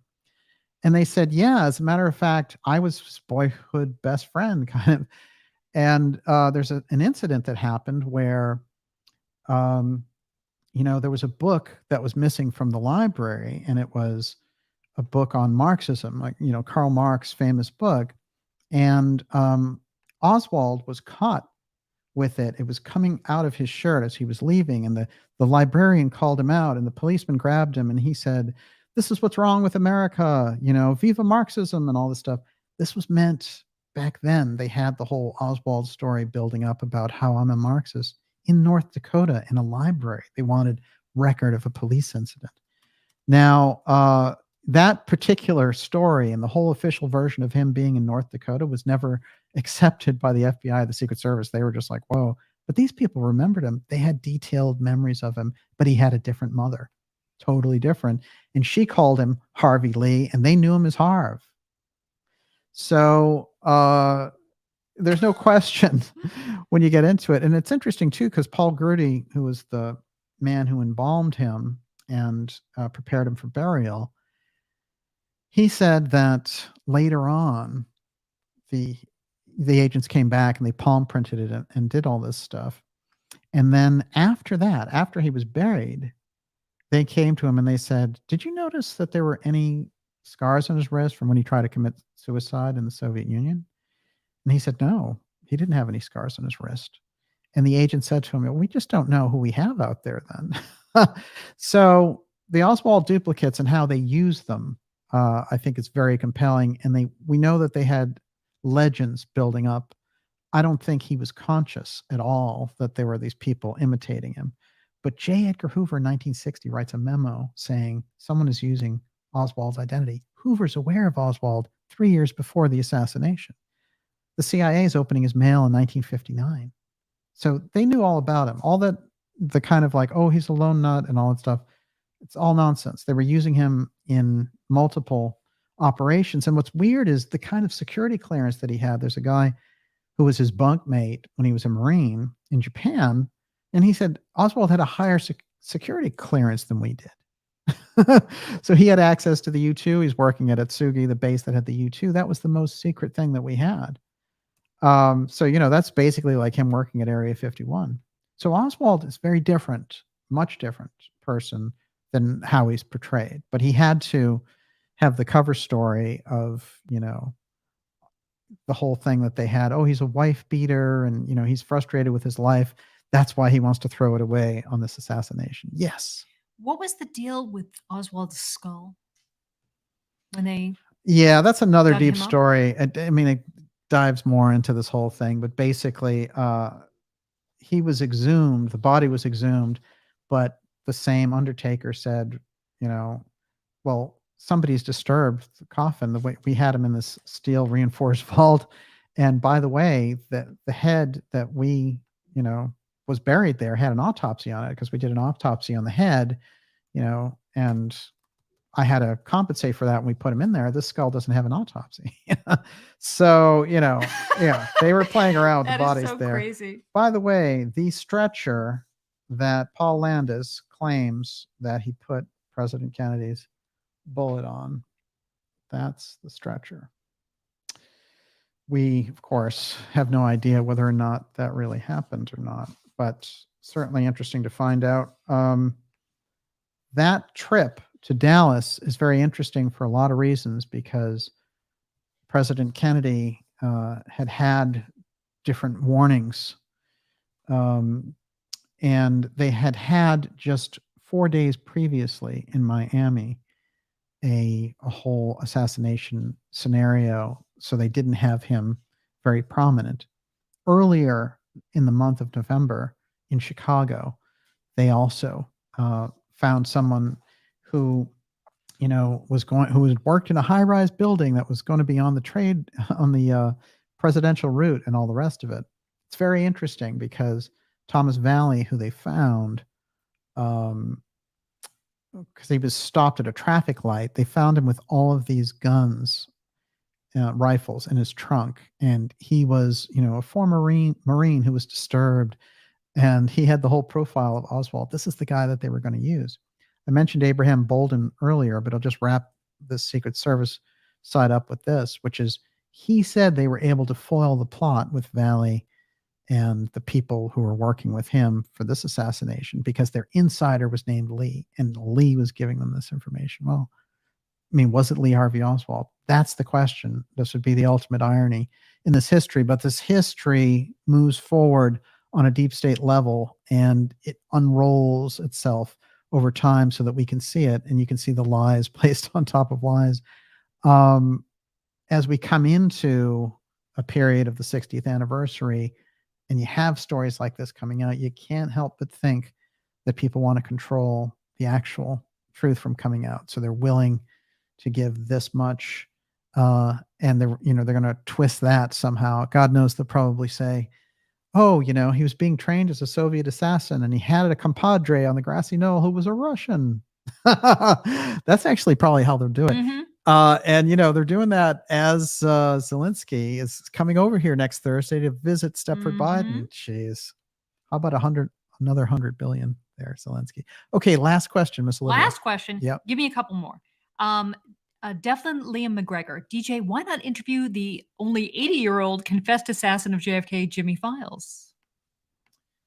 Yeah, I've never been very impressed with that whole story.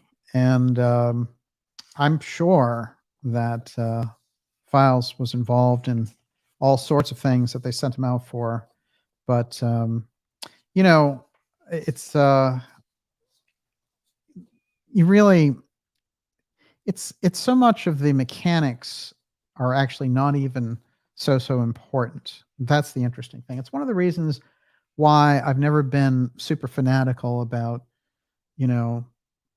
this caliber of bullet or that weapon or thing. I think of them, it's interesting because Dr. Farrell gets into this. Think about the symbology of the Mauser weapon and that it was a a German weapon. Actually, the version of it was from Argentina.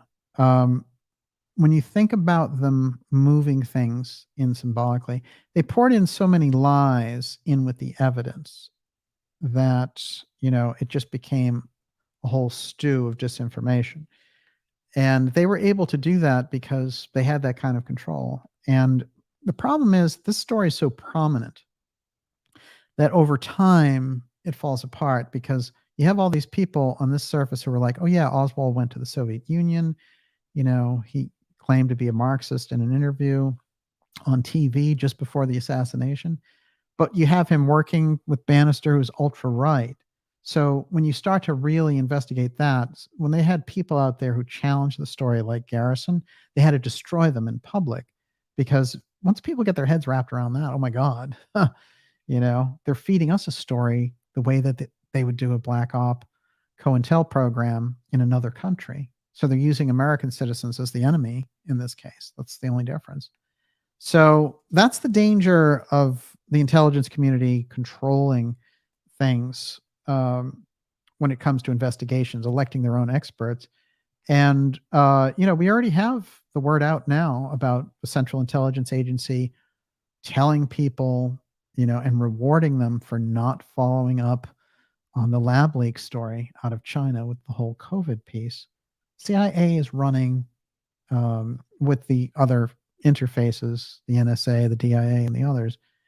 They're running a whole program and they're interwoven in this deep state combination with the highest levels of money and power, and they are the arm reaching in on the government side. And this is the nature of the problem. So the goal really, I mean, this is a historical overview, but the goal you would think on our side is to regain power over the government and minimizing the power of the Central Intelligence Agency, Homeland Security, this gigantic state apparatus. It's not going to be easy. It's a gigantic issue, but you definitely the 2024 election is really a place to start because if you can get this thing out of there, you have a chance. Yes. Okay, so I'm just gonna give you all three of these questions because they all point in the same direction. Sure.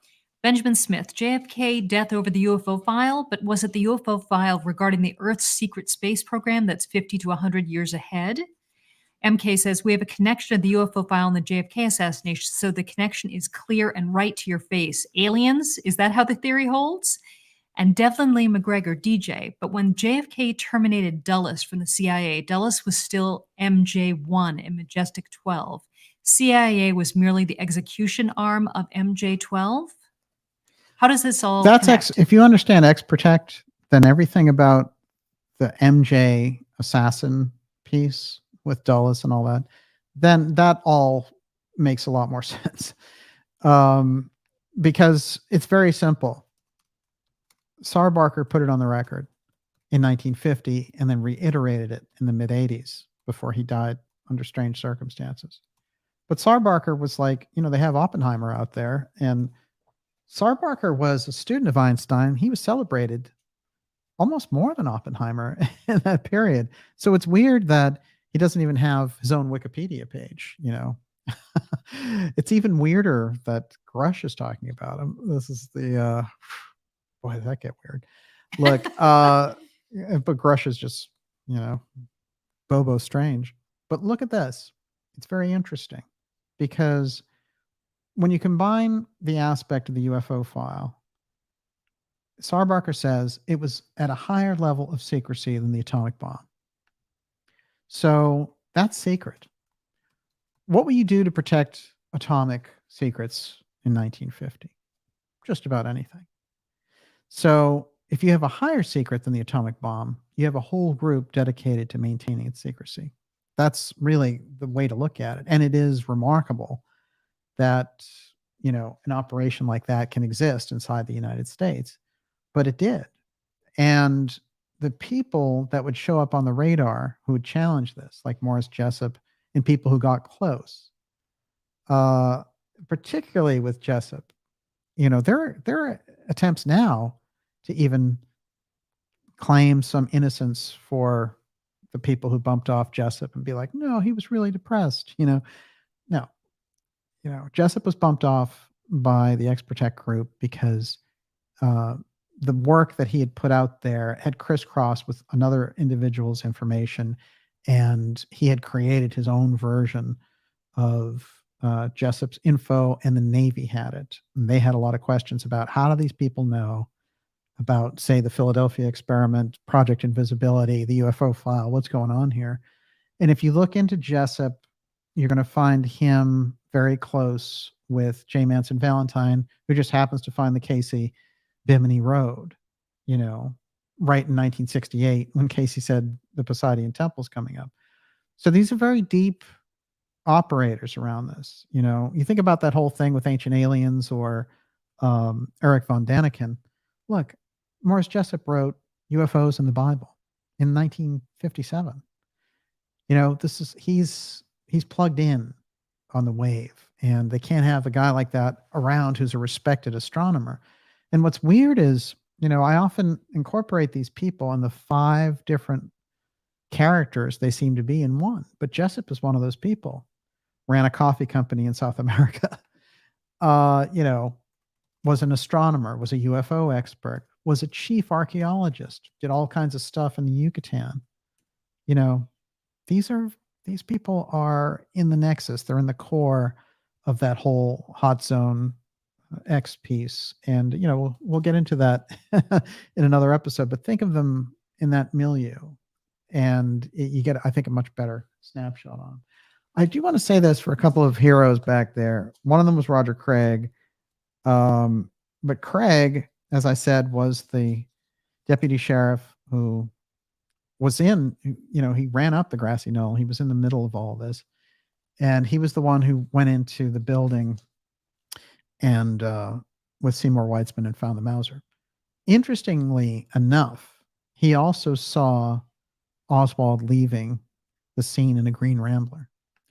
And when they asked Oswald about it, he said, the car belongs to Mrs. Payne. Don't drag her into this.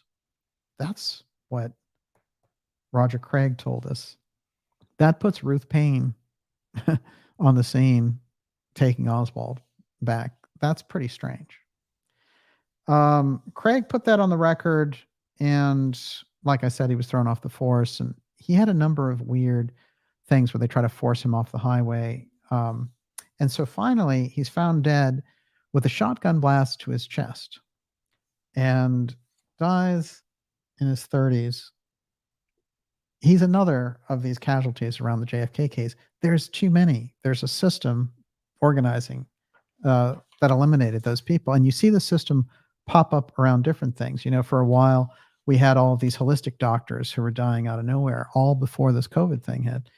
Before that, we had a bunch of bankers who were being thrown out windows. There are operations involved in those things, and there's still that consolidation.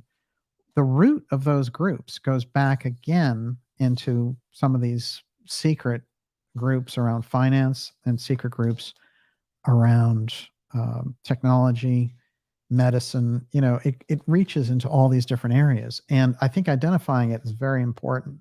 Last thing on all of this, which is I mentioned the driver earlier who died suddenly so that then Greer became the driver for Dallas. Guy's name is Tom Shipman, and it was reported he died suddenly October 14th, 1963. So about a month, about 5 weeks out. One of the three agents who drove President Kennedy or his Secret Service follow-up vehicle. He died 10/14/63 in an alleged heart attack in, of all places, Camp David. It's a weird place to die at 51 years old, the month before the Kennedy assassination. That is Tom Shipman, and Tom Shipman would have been at the wheel if it hadn't been for that strangely timed heart attack just before the Kennedy trip to Dallas. So when we think about or talk about the different things that happened in relation to Greer, and I know they've thrown a lot of things on Greer, but one thing we know for sure about Greer, which is he stopped the car to a halt. That's what witnesses said. He stopped while the shooting was going on. And it's interesting because I have a quote from Jackie Kennedy, and she said, of all the different agents that she was upset with, it was the driver that she was the most upset with. And he did a written apology to her after the fact, being like, there were so many things going on. So, no, the driver didn't shoot JFK, but he slowed the car down and allowed the firing to take place. And it's interesting because this driver, was somebody that seemed more in the Secret Service plan for what was going on that day. The other driver died unexpectedly, and that's how he got the role. And with that, Miss Olivia, we are done. Number 6 said DJ said he'd show a picture where the bullet was found in the Kennedy limo. Did you do that? Oh, that's in the it's in the Times article. Yes, I can do that. Hold on. I know, because I visualized it on the seat, but it was actually up above where, like, the top part of the seat. Yeah, no question about it. It's where they were sitting. It's sort of behind him directly. But what's interesting is he said when she got up, he could see it. So it was actually, oddly enough, behind Jackie. But this is the shifting sands of his story as well. I will say this, that on the face of it, his story could be understandable and even accepted. The problem is the doppelganger story from 10 years ago.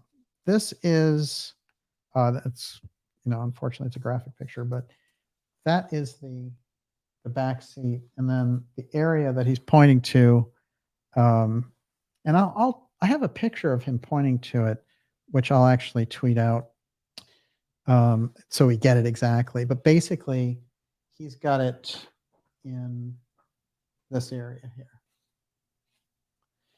So, and it's not lodged, right? It's just sitting. No, it's just resting there. It's not lodged at all. All those articles that have that language, I think that they're using it on purpose to create, an excuse for why it would be there.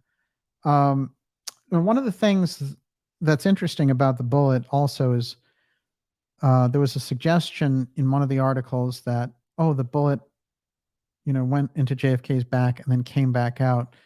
So I was watching a presentation by Cyril Wecht, and Wecht is kind of the, the main guy who's followed this. He's done everything from the O.J. Simpson case to Kurt Cobain and everything else. And he said, that's not the way bullet works. When a bullet goes into you, the tissue swells and holds, it's not that it pops in and pops out or that kind of thing. So, no, there's something odd about the bullet. Look, maybe the bullet was there, I'm not saying it's not. It would be good if Landis could come on this program and explain why there's two stories that say the exact same thing, his and Kinney's. And in the grand scheme of things, the factor that everyone can agree upon is that the magic bullet was a complete lie. That is for sure. But the government organized that lie, and they were under the control of this deep state group in order to do it. And we've been kind of living under a series of lies like that. But the Kennedy assassination is crucial, and it's crucial for us to understand it echoes out 60 years later into almost every area that we're facing now, because it is, as Professor Scott defines it, the first deep state revolt against the White House. And, we've seen other revolts against the White House, including Watergate. They thought Nixon was their guy, and then they came up with GATT, and he was like, I'm not doing GATT,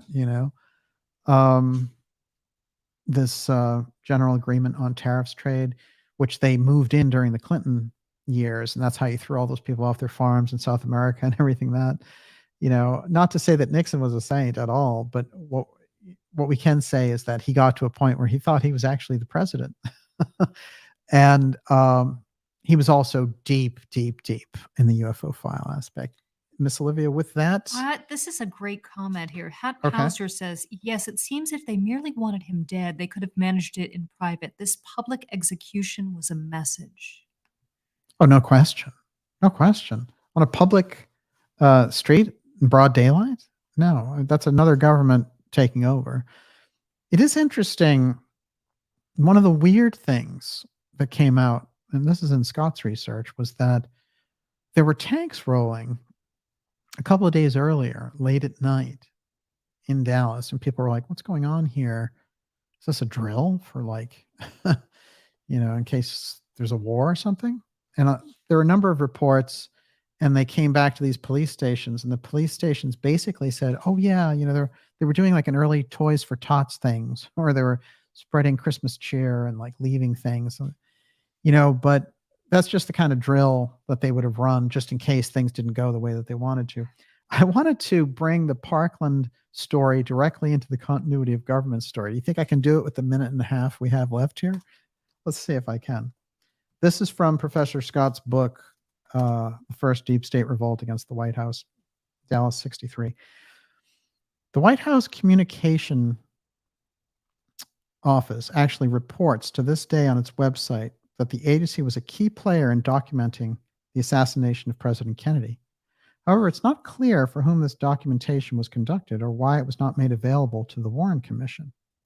Early on November 22nd at Love Field, Winston Lawson, the Secret Service agent, installed in what would become the lead car the base radio whose frequencies were used by all Secret Service agents on the motorcade this time. This radio channel, operated by the White House Communications Agency, WHCA, was used for some key decisions in Dealey Plaza before and after the assassination. Yet its records, unlike those of the Dallas Police Department, channels 1 and 2, were never made available to the Warren Commission or any subsequent investigation. The tape was not withheld because it was irrelevant. On the contrary, it contained very significant information. However, it's not clear for whom this documentation was conducted. For one thing, the WHCA tape, as some have alleged, may contain the key to an unresolved mystery of who, after the shooting, redirected the motorcade to Parkland Hospital. The significance of this apparently straightforward command, about which there was much conflicting testimony, is heightened when we read repeated orders of the Dallas police radio transcript to cut all traffic for the ambulance going to Parkland, Code 3. For the ambulance in question had nothing to do with the president, whose shooting had not yet been announced on the Dallas police radio. In fact, the ambulance had been dispatched about 10 minutes before the assassination to pick someone from in front of the Texas School Book Depository who was suspected of having suffered an epileptic seizure. So the epileptic seizure confused the police here, but it allowed this weird thing to take place with the ambulance. Lawson later reported to the Secret Service that he heard on his radio that we should proceed to the nearest hospital. He wrote that he also requested Chief Curry to have the hospital contacted. Then our lead car assisted the motorcycles in escorting the president's vehicle to Parkland Hospital. In other words, after hearing something on the WHCA radio, Lawson helped ensure that the president's limousine would follow the route already set up by the motorcycles for the epileptic. In his very detailed Warren Commission testimony, Lawson said nothing about the route having been already cleared. On the contrary, he testified that we had to do some stopping of cars and holding of hands out the window and blowing the sirens and horns to get through. The WHCA radio channel used by Lawson and others that day communicated directly to the WHCA base at Mount Weather. In Virginia, the base facility of the Continuity of Government Network. From there, Secret Service communications were relayed to the White House via the batteries of communication equipment connecting Mount Weather with the White House with Raven Rock, the underground Pentagon 60 miles north of Washington, as well as with almost every U.S. military unit stationed around the globe. And he goes on to talk about Jack Crichton and the intelligence unit that he was running, the civilian intelligence unit that was all connected directly to Mount Weather and COG. And 50 members of the Dallas police force were part of this intelligence unit. The point is, somehow in the core of the setup for this, Parkland Hospital was prearranged spot, and the epileptic piece allowed them to clear the highway and everything else before the president's motorcade came down. And the unusual aspect that he's drawing in here is that for some reason, they're using the COG emergency network, what's called the Doomsday Network. That's the network that you use in the case of a nuclear emergency if the country's under attack. Why did he use it? Well, there's no trail. There's no commentary. There's no tapes. There's no transcript. So whatever he was involved in doing, we can see the presence there of the continuity of government people, the COG group, right in the heart of the assassination. It's an extraordinary thing. And there's a Secret Service connection directly there through Winston Lawson, who, as we found out later, lied directly in his testimony about what took place during the motorcade. And with that, Miss Olivia, we're done. We are done. Joseph says, great show, DJ. Bravissimo. Thank you, sir. And we're going to have you back on the show very shortly because I'm very much enjoying and finishing your latest book, which is outrageous. And I can't wait to have a show on that. What else you got?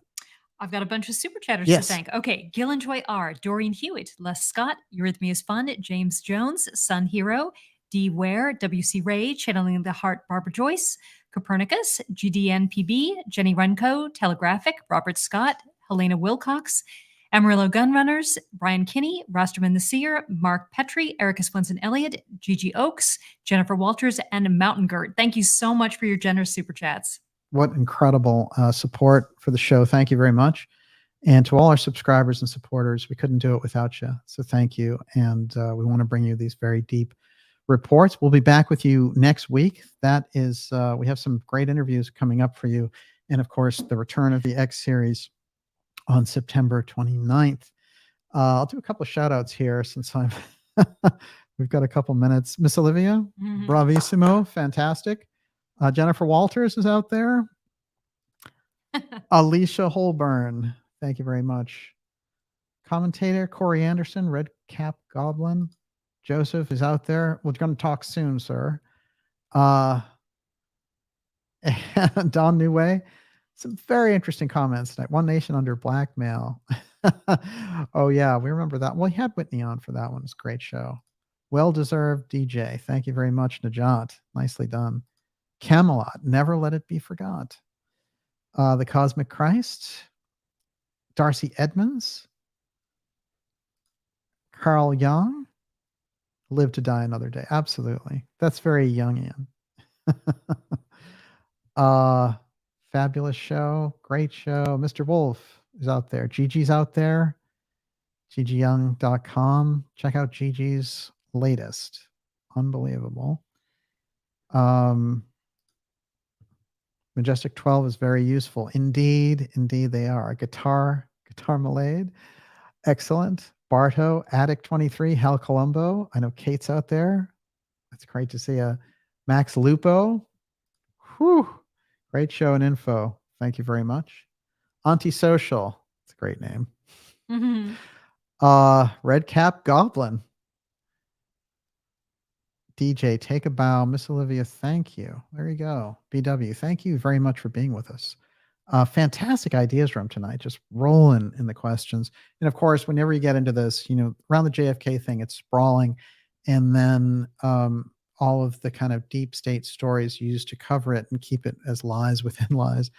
But nonetheless, I think the Landis story is important, and we're going to be watching for developments on it. Of course, Landis is welcome to come on here and talk about his experiences there and his story, as is his co-author anytime. Can I ask you a question? Was Dick Cheney really MJ-12?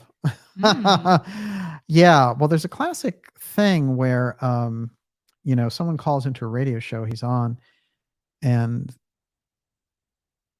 they were like, are you going to expose anything about the UFO file? And he says, no. And if it's secret, then I definitely am not going to say anything to you about it or whatever. So he had a weird, we know his arrogance from being in COG. It comes right through Liz Cheney. And of course, Dick's still out there making anti-Trump videos. That makes you wonder about Trump, doesn't it? Thanks, DJ and Olivia. Great show. Also, chat room and Dr. Joseph. Whew. Unbelievable. We really had the great crowd in here tonight. Good show. Bloody good show. We will see you all next week. And David Termine is out there. Hey, David. So if the audience wanted more JFK information and they wanted to watch something like The Men Who Killed Kennedy, which episodes would you recommend to start with? You start with Agent Oswald. Okay. And then you go to UFO file assassins. That's where and don't worry, I reference a lot of that other stuff. Of course, Peter Dale Scott's work, Dallas 63, Kennedy, of course, and Deep Politics. Deep Politics and the Death of John F. Kennedy is Scott's other masterwork, American Deep State. Of course, I can't recommend, this book is so great. It's so hard to find, Assassination of America.